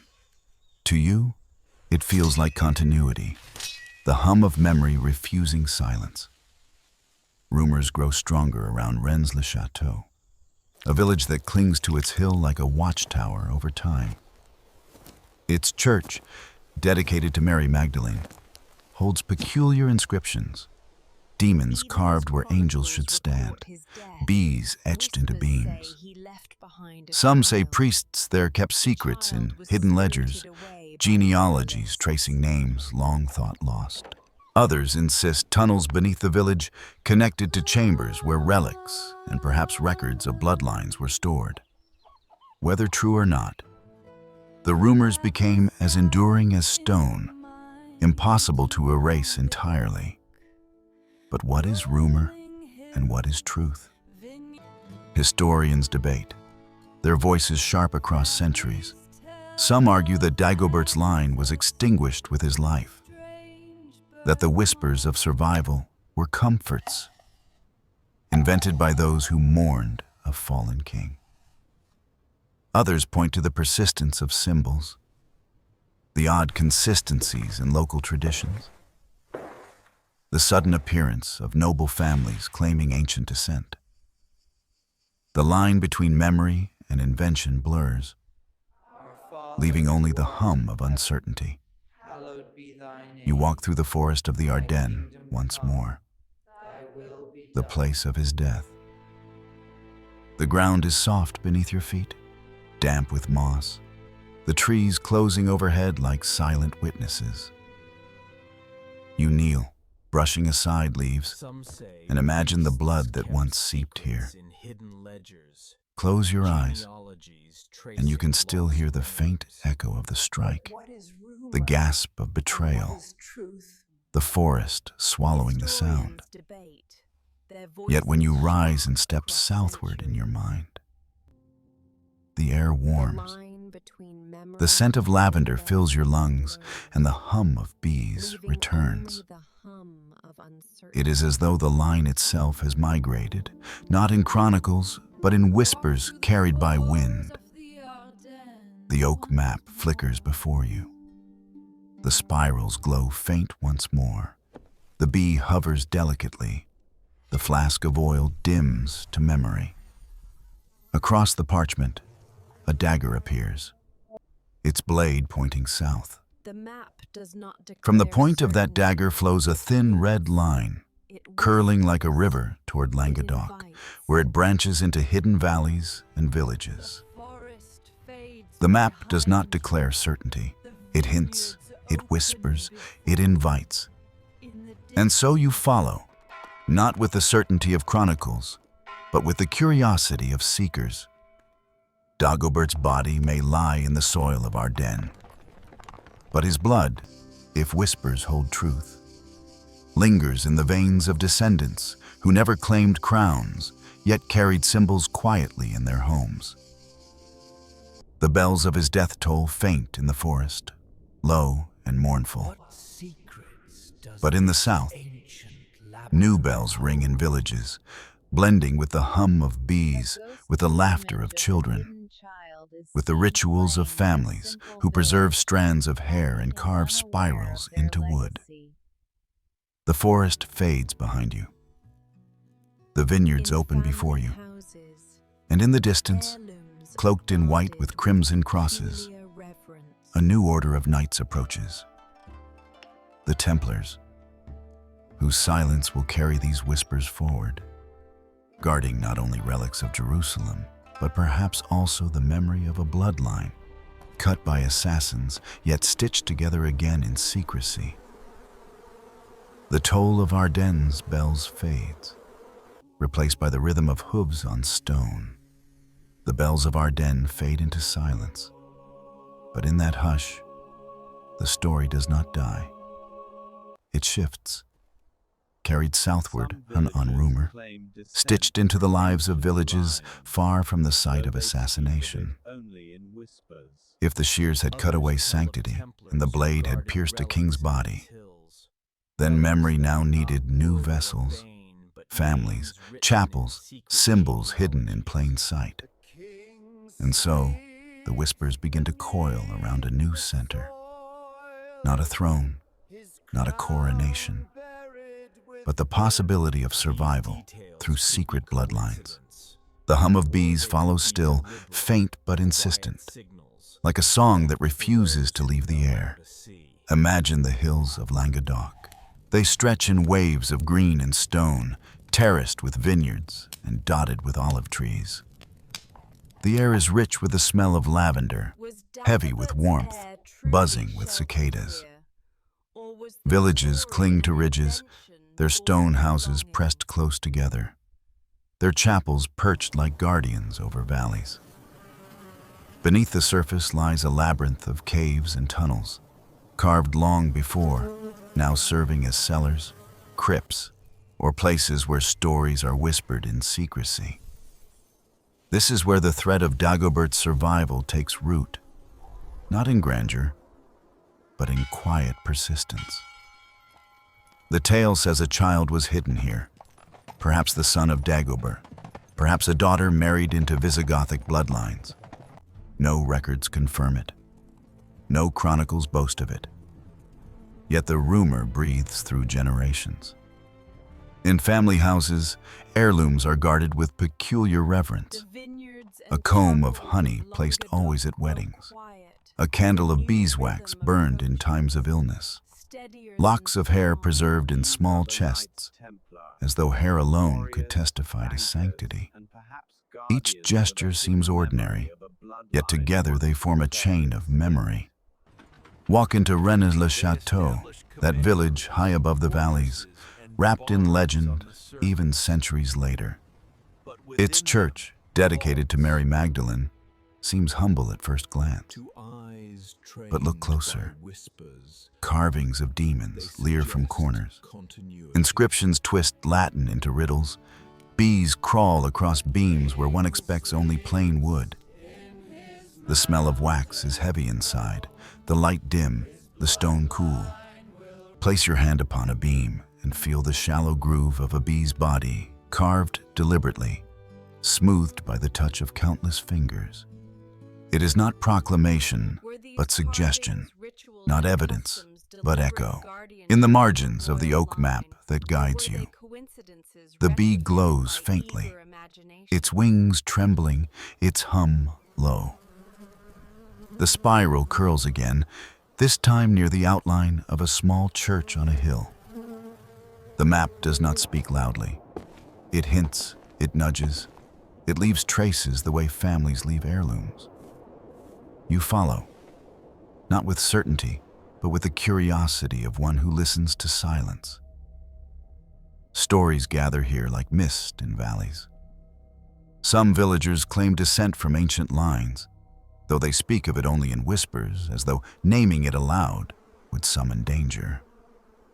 Others tell of Templars who guarded relics in these hills, relics that were not wood or bone, but names written in secret genealogies.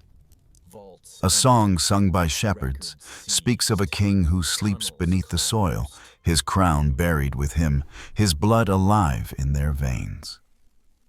To outsiders, it is folklore. To those who live here, it is memory disguised as song. You can feel it in the chapels. The air is cool, the incense faint, the carvings peculiar. A fresco shows saints with hair longer than custom allows. Another reveals bees hovering near chalices. On the floor, patterns of spirals curl like vines. These details could be coincidence, the result of artisans borrowing old motifs. Yet they could also be deliberate, quiet signals left for those who know how to see. In the corner of a farmhouse, a mother brushes her daughter's hair by firelight. The hair falls long and heavy, dark as night. When the brush pulls a strand free, she does not cast it into the flames. Instead, she tucks it into a wooden box where other strands lie, tied with ribbon, guarded as though they are relics. The fire crackles, the smell of smoke mixes with lavender, and the child hums a tune learned from her grandmother. The tune speaks of bees guarding a secret garden, of spirals curling into eternity. She does not know its meaning.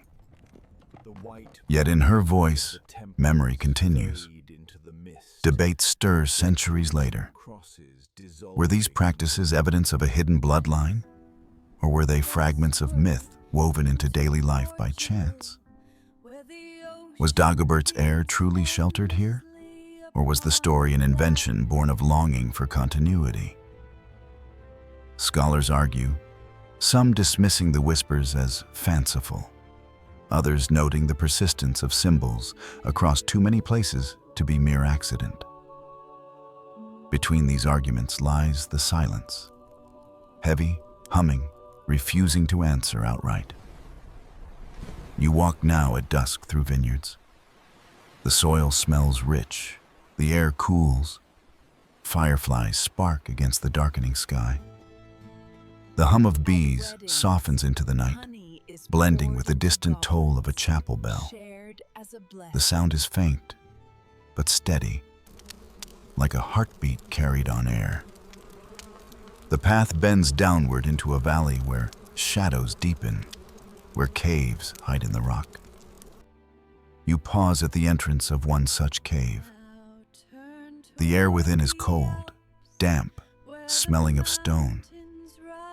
On its wall, barely visible in the dim light, spirals have been carved, their lines worn by centuries.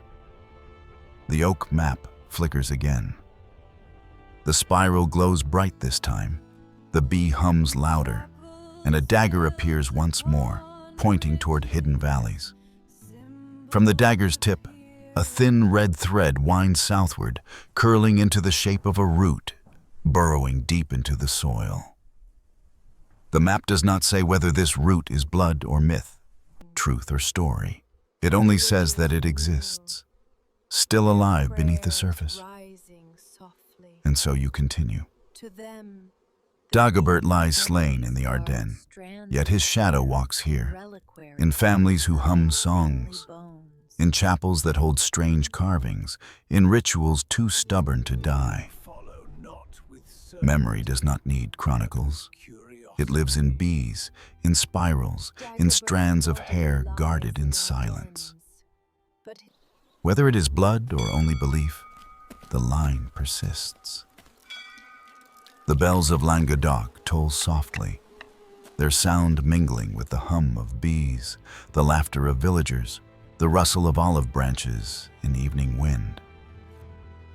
Yet beyond those hills, another sound begins to approach. The iron hooves of knights, the quiet discipline of an order, cloaked in white and marked with crimson crosses. The Templars ride closer, their silence not of forgetting, but of guarding, their vows carrying the weight of secrets. The hum of bees lingers, merging with the rhythm of hooves, leading you toward the next turn of memory. The vineyards and chapels of Languedoc grow quiet as another rhythm approaches, steadier than song, heavier than rumor.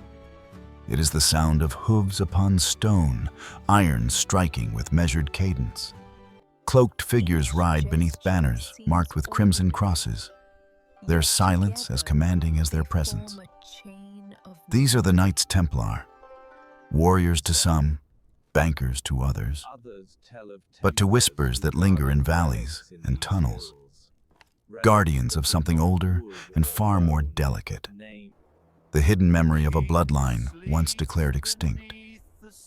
Imagine their arrival.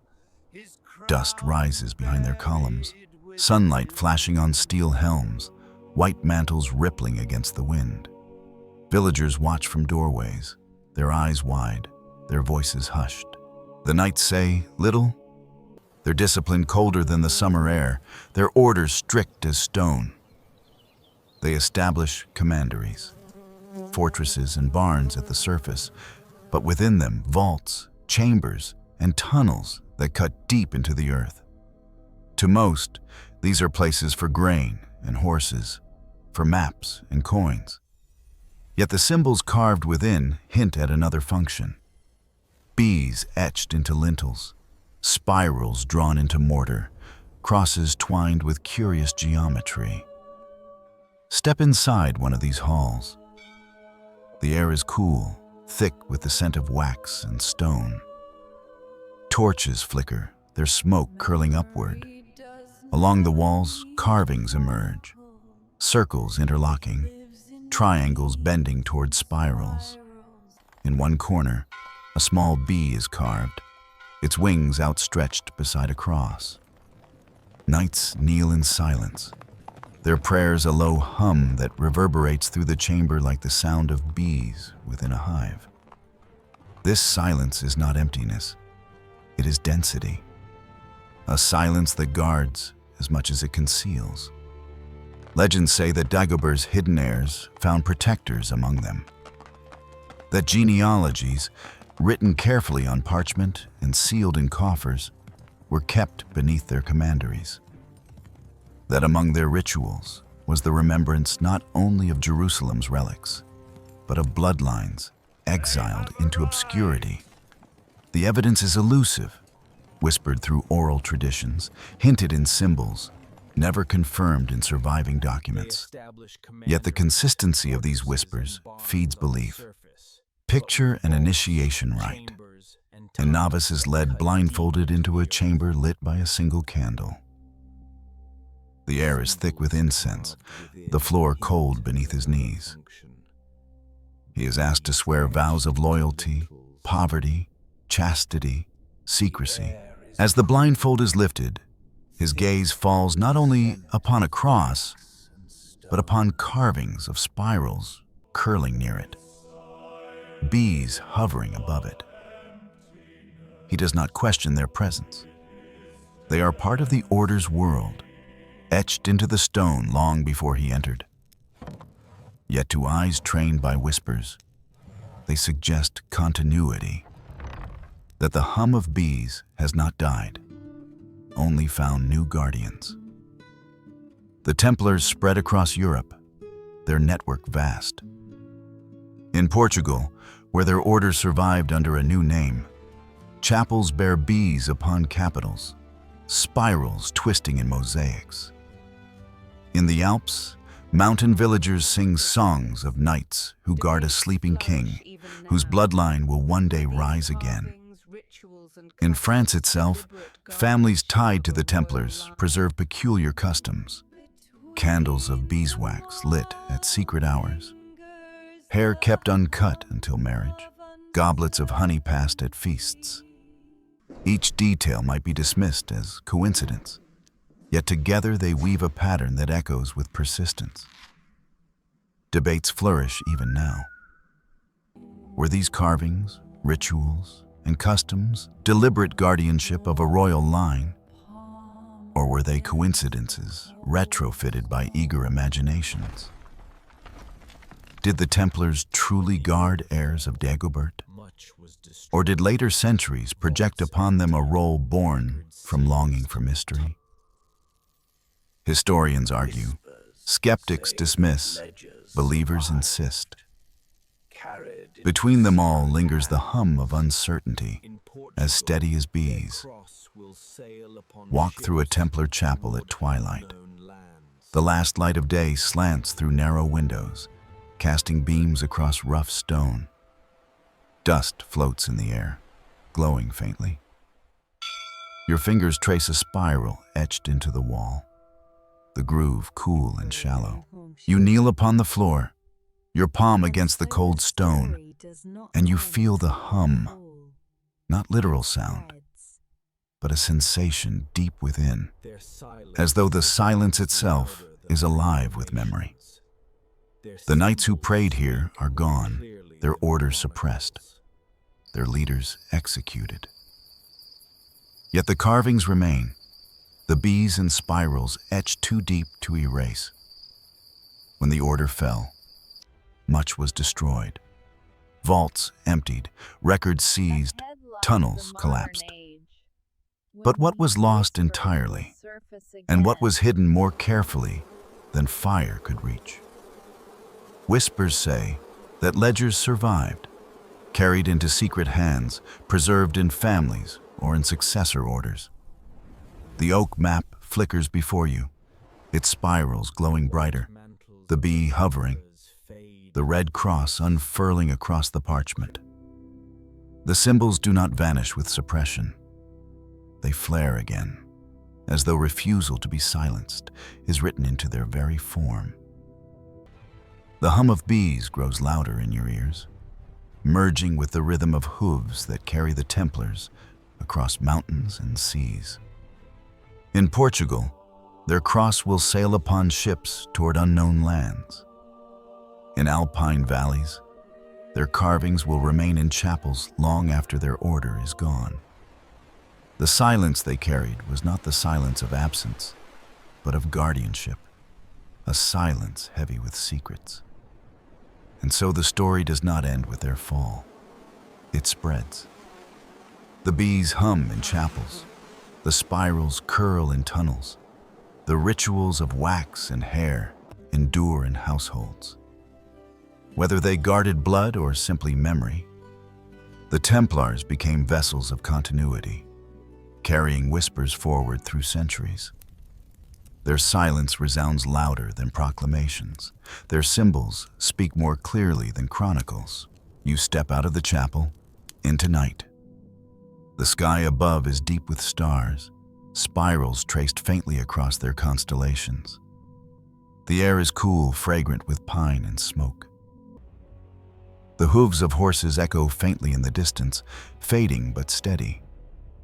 Ahead lies the modern age, when these whispers will surface again, not in monasteries or chapels, but in the curious claims of men like Pierre Plantard and in the mysterious society of Sion. The hum of bees follows you still, merging now with the rustle of papers in cafes and the murmur of scholars debating in libraries. The white mantles of the Templars fade into the mist, their crimson crosses dissolving into memory. But their silence has seeded symbols far beyond Languedoc. The whispers do not stop with chapels and carved spirals. They travel, carried on hooves and sails, settling in places where the order found new form. Westward into Portugal, where the ocean beats endlessly upon black cliffs. Eastward into the Alps, where snow crowns the peaks and valleys lie hidden like closed books. In both lands, the hum of bees lingers, faint but persistent, as though the symbols guarded by knights have burrowed into soil and ritual. Begin with Portugal, a land of stone fortresses and open sea. When the Templars fell under accusation in France, charged with heresy, secrecy, and corruption, their order did not perish everywhere. In Portugal, they were welcomed, reborn under a new name, the Order of Christ. Officially, they shed their old symbols, but in practice, much endured. The Red Cross remained, stitched into banners and carved into stone, and in hidden corners of chapels, bees still hovered in carvings, spirals still curled in mosaics. Candles of beeswax burned with fragrance sweet and thick. Picture a coastal stronghold. Waves crash against the rock, their spray dampening the air with salt. Inside, the chapel is narrow and dark, the light filtering through slits high on the wall. On a capital above the altar, faintly etched, is the outline of a bee. Its wings spread wide, its body striped. the carving nearly lost to time, but still there. A knight kneels before it, his head bowed, his lips murmuring vows. The hum of the ocean outside merges with the silence of the chapel, and for a moment it feels as though bees are buzzing just beyond the stone. Families in Portugal keep customs that seem small but weighty. At weddings, honey is poured into goblets, shared as blessing. Brides keep their hair long until the wedding night, when a single strand is braided with ribbon and stored in a chest. At funerals, candles of beeswax are burned, their smoke rising like prayers, their scent lingering as if memory itself had fragrance. Outsiders may see quaint tradition, insiders feel continuity. For them, these gestures preserve more than habit. They preserve the hum of something that once was royal, something whispered to be sacred. Now turn toward the Alps, where the mountains rise sharp, their valleys cold, their air thin and crystalline. Here, too, legends grow of knights who fled with secrets, hiding them in remote chapels and caves. Villagers tell of a king asleep beneath the ice, guarded by silent warriors who will not let him wake until the time is right. In chapels built upon ridges, symbols appear again. Spirals curve through frescoes. Bees cluster in margins of paintings. Saints are painted with hair longer than custom, their locks flowing across robes like silent proclamations. Step into one such chapel. The smell of pine resin fills the air, the walls damp with centuries of mountain storms. Above the altar, stars are painted in deep blue, and among them, bees hover in gold leaf, their bodies glinting when candles are lit. The villagers kneel, their prayers rising softly, their voices steady. To them, the bees are signs of fertility, of industry, of divine order. To you, they hum of continuity, of memory unwilling to fade. In alpine homes, stories persist.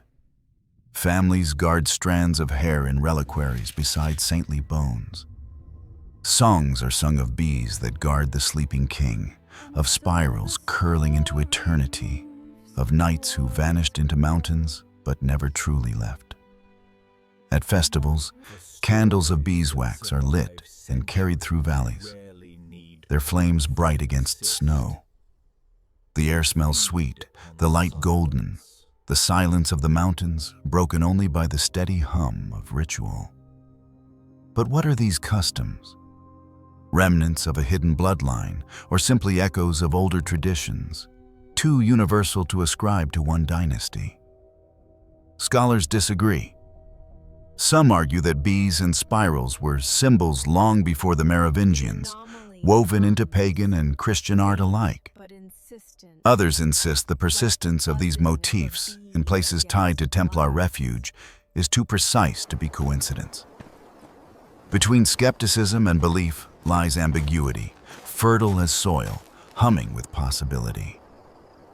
The oak map flickers before you. Spirals glow brighter. Bees hover in golden shimmer. And from Languedoc, two lines stretch outward. One westward to Portugal, curling along the coast, the other eastward into the Alps, winding through snowy peaks.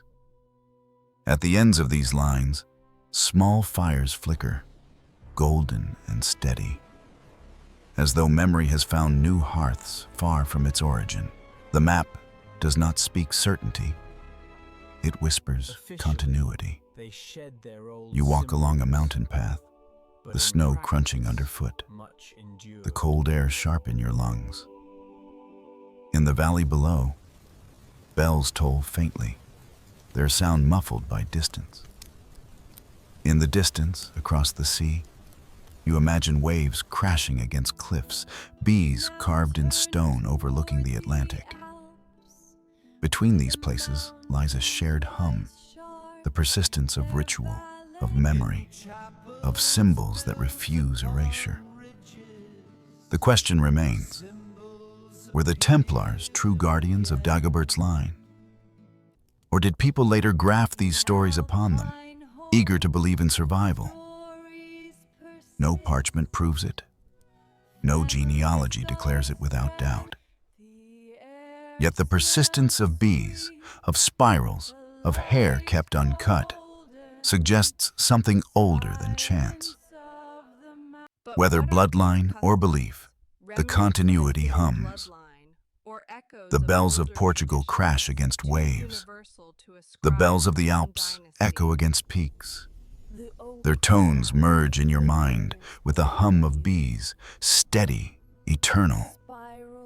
And just as the bells fade, another sound stirs.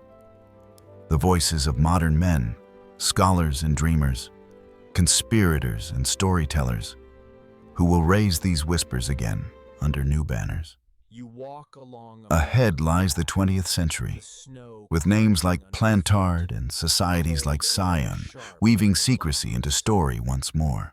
The hum grows louder, now mingled with rustling papers, with the murmur of cafes, with the clamor of modern debate. The sound of hooves upon alpine paths and waves against Portuguese cliffs recedes into the distance. But the symbols the Templars carried do not vanish. Instead, they reappear centuries later in an unlikely place, not on battlefields or in chapels, but in cafes, in courtrooms, in thin pamphlets passed hand to hand. The modern age, with its hunger for mystery and its distrust of official accounts, stirs the whispers again. What had been carried in ritual, carved in stone, or sung in valley songs, becomes reimagined by pens and printing presses. And at the center of this revival stands a name, Pierre Plantard. Picture Paris in the mid-20th century. The streets bustle with cars and voices, the air tinged with cigarette smoke and ink. In dim apartments lined with books, Plantard begins to weave a story. He claims descent not from ordinary nobility, but from something older, something whispered across centuries, the Merovingians. His words are careful, his genealogies intricate, his documents polished with the weight of authority. Yet beneath their neat lines, debate simmers. Are these revelations or fabrications, dressed in medieval garb? Plantard ties his claims to the Priory of Scion, a secretive society he describes as ancient, older than even the Templars, guardians of bloodlines too precious to vanish. In his telling, the priory preserved not relics of wood or bone, but genealogies of kings hidden by shears and assassins, stretching unbroken into modern families. Its members are named with care: artists, scientists, leaders. Its reach seems vast, its silence impenetrable. To his supporters, Plantard's story feels like revelation. To his critics, it feels like invention. You can hear the murmur of cafes where these tales are debated. Cups clink, smoke curls upward, voices lean low as names like Dagobert and Merovingian are spoken with new reverence. Some lean forward eagerly, their eyes bright, convinced that they are hearing a truth erased for too long. Others scoff, dismissing the stories as fraud. Yet all are captivated, for whether true or not, the tale has power. Documents surface, genealogies, lists of priory members, parchments supposedly uncovered in churches like Rennes-le-Château. Each carries seals and signatures. Each glows with the patina of age. But scrutiny reveals inconsistencies, dates that do not align, names that appear suddenly with no precedent, ink that looks newer than it should. The debate sharpens. Revelation or forgery? Step into Rennes-le-Château once more. The small church that already held whispers now becomes a stage for controversy. Inscriptions, carvings, and decorations are pored over, their meanings twisted and reinterpreted. Some claim they are coded messages pointing to treasure, others to hidden heirs. Pilgrims and scholars flock to the village, filling its narrow streets, pressing their palms against stones as though they could feel the pulse of a bloodline beneath. The air is thick with incense and speculation, with the sweet scent of beeswax candles burning before altars that glow with mystery. Plantard himself walks a delicate path. At times he insists his story is truth. At times he retracts, only to revive it again. His life becomes a mirror of the ambiguity he promotes, a dance between certainty and doubt. Yet whether one believes him or not, his narrative spreads, feeding into novels, documentaries, and endless debate. The hum of bees that once lingered in chapels now vibrates in the pages of conspiracy theories, in the whispers of tourists, in the pens of authors who transform whispers into bestsellers. The oak map flickers before you. The spirals glow once more. Bees hover at its edges, and now new lines appear, drawn not by monks, but by modern hands. Their ink is darker, their strokes sharper, as though traced with urgency. The parchment itself looks layered, old symbols beneath, new inscriptions over them. Some lines clash, others blend, creating a palimpsest of memory and invention. You reach out, and the ink smudges slightly, staining your fingertips. It is both fragile and insistent, both fabricated and enduring. Debates rage. Historians dismiss Plantard's documents as clever forgeries, concocted to create mystery and attract attention. Yet others argue that even if his parchments are false, they rest upon an older truth, that whispers of a surviving Merovingian line long predated him, carried in rituals and folk traditions. Could his forgeries be masks for real memories? Could invention be a vessel for continuity? The question itself is enough to keep the story alive. You walk into a library late at night, the air dry with paper, the lamps glowing dimly. On a table lie books and pamphlets, their covers adorned with crosses and spirals, their pages filled with genealogies that weave kings into modern names. The silence is broken only by the rustle of turning pages, the faint buzz of a light overhead. As you read, your eyes blur. The lines seem to move, spirals curling faintly on margins where none should be. You blink and they vanish. Was it imagination? Or was it memory insisting on presence?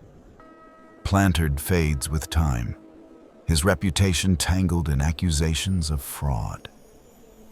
The Priory of Sion, exposed as a modern fabrication, seems to dissolve. Yet the story he sparked does not die. It lingers in novels that weave fiction into fact, in television programs that lean heavily on suggestion, in tourists who still walk the paths of Rennes-le-Château.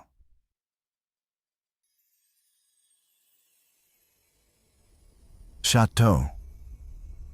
His legacy is not certainty, but fascination, not proof, but persistence. The bells of modern cities toll faintly in the distance, their sound blending with the hum of cafes, the shuffle of papers, the debates of scholars. Yet beneath their noise, the older hum persists. The bees that guarded chapels, the spirals carved in stone, the hair preserved in boxes. Plantard's documents may blur truth with invention, but they ensure that memory, however contested, continues to buzz. And so the story moves toward its close, not resolved, but alive. Ahead lies not revelation, but reflection, the quiet understanding that memory can never be fully erased.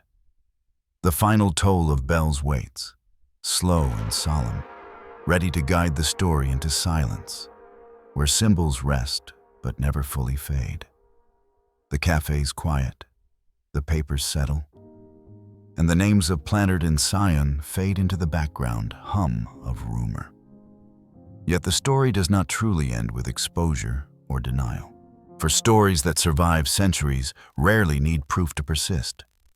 They feed upon silence, upon the spaces left blank by chronicles and the ashes left by fires. And so, as night deepens, the tale circles back to its beginning, not to proclamations of DNA or parchments sealed in wax, but to silence itself, rich and resonant, the vessel of memory. Imagine once more the forest of the Ardennes, cloaked in mist, its trees heavy with damp, their trunks dark against moonlight. The chapel walls stand worn, their stones rough with age, moss clinging like faded ink. Within, the air is cool, touched by the sweetness of beeswax. Though the candle burns low, the floor bears the stains of time. Ashes pressed into cracks, pages long gone reduced to smudges of soot. Yet here, in this quiet, memory feels most alive. The fire that once destroyed is now only a flicker of warmth, and in its glow, shadows trace spirals upon the wall. On a wooden table lies a single relic, a strand of hair preserved in brittle pages. It is thin now, dark with age, but intact. To touch it is to feel the thread of a story that defied scissors, flames, and erasures. The strand whispers in silence. Blood remembers, even when names are lost. Whether it belongs to a king or to someone who only believed themselves descended from one, matters less than its persistence. It remains, a fragile bridge across centuries. Far away, in crypts where machines hum, scientists peer at bones and sequences of DNA. Their findings remain cautious, their words restrained, but still they speak of anomalies, tiny shifts in code that resist easy explanation. Perhaps noise, perhaps error, perhaps signal. The data does not declare a bloodline, yet it refuses to close the question entirely. The anomaly hums, faint but insistent, like the buzzing of a bee against glass. You close your eyes and listen. The forest outside is hushed. The bell tolls faintly in the distance, each strike long and slow. Between the tolls, silence expands, wide and deep like a sea of stillness. In that silence, you feel the hum, soft, steady, eternal. The bees are there, though unseen, their wings vibrating through the dark. The spirals are there, curling across the sky in constellations.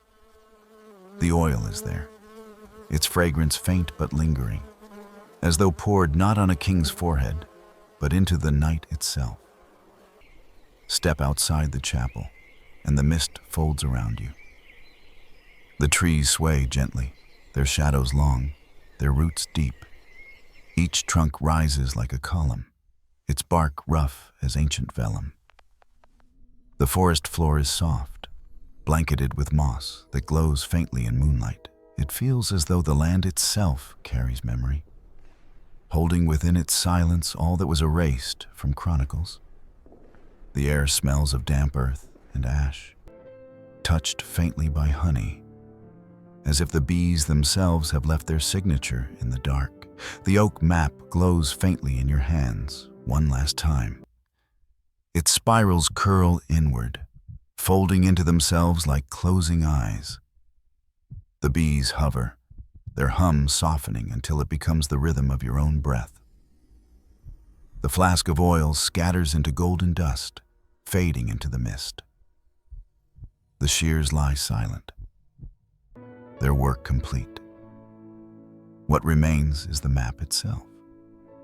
Blank now, but alive, its parchment warm against your skin, as though it waits for new stories, new whispers, new seekers. The bells toll again, slower, their echoes lingering longer. Each strike stretches into silence, inviting stillness, guiding breath. The hum of bees settles into your chest, steady as heartbeat. The air grows heavy, the night deeper, the story slower. Words no longer rush, they drift, like leaves falling gently upon still water. And here, at the close, the tale rests not in certainty, but in peace. Perhaps the bloodline survives, hidden in families who guard relics in silence. Perhaps it ended with shears and assassins, leaving only echoes behind. Perhaps it exists now only in the stories we tell, in the rituals we keep, in the hum that threads through centuries.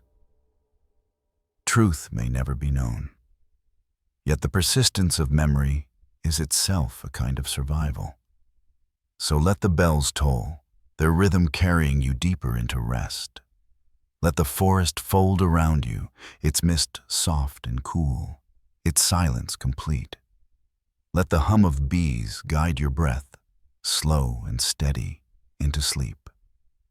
For even as dynasties fall, as parchments burn, as names vanish from chronicles, some truths endure. Not loud, not certain, but gentle, humming in the dark. The candle flickers one last time, its flame wavering, then steadies, then fades. The chapel is quiet. The forest is still. The bells give their final strike, low and lingering, dissolving into silence. And in that silence, memory rests. The spirals close, the bees sleep, the night deepens. Sleep now, and may the whispers of the past guard your dreams as gently as bees guard their hive.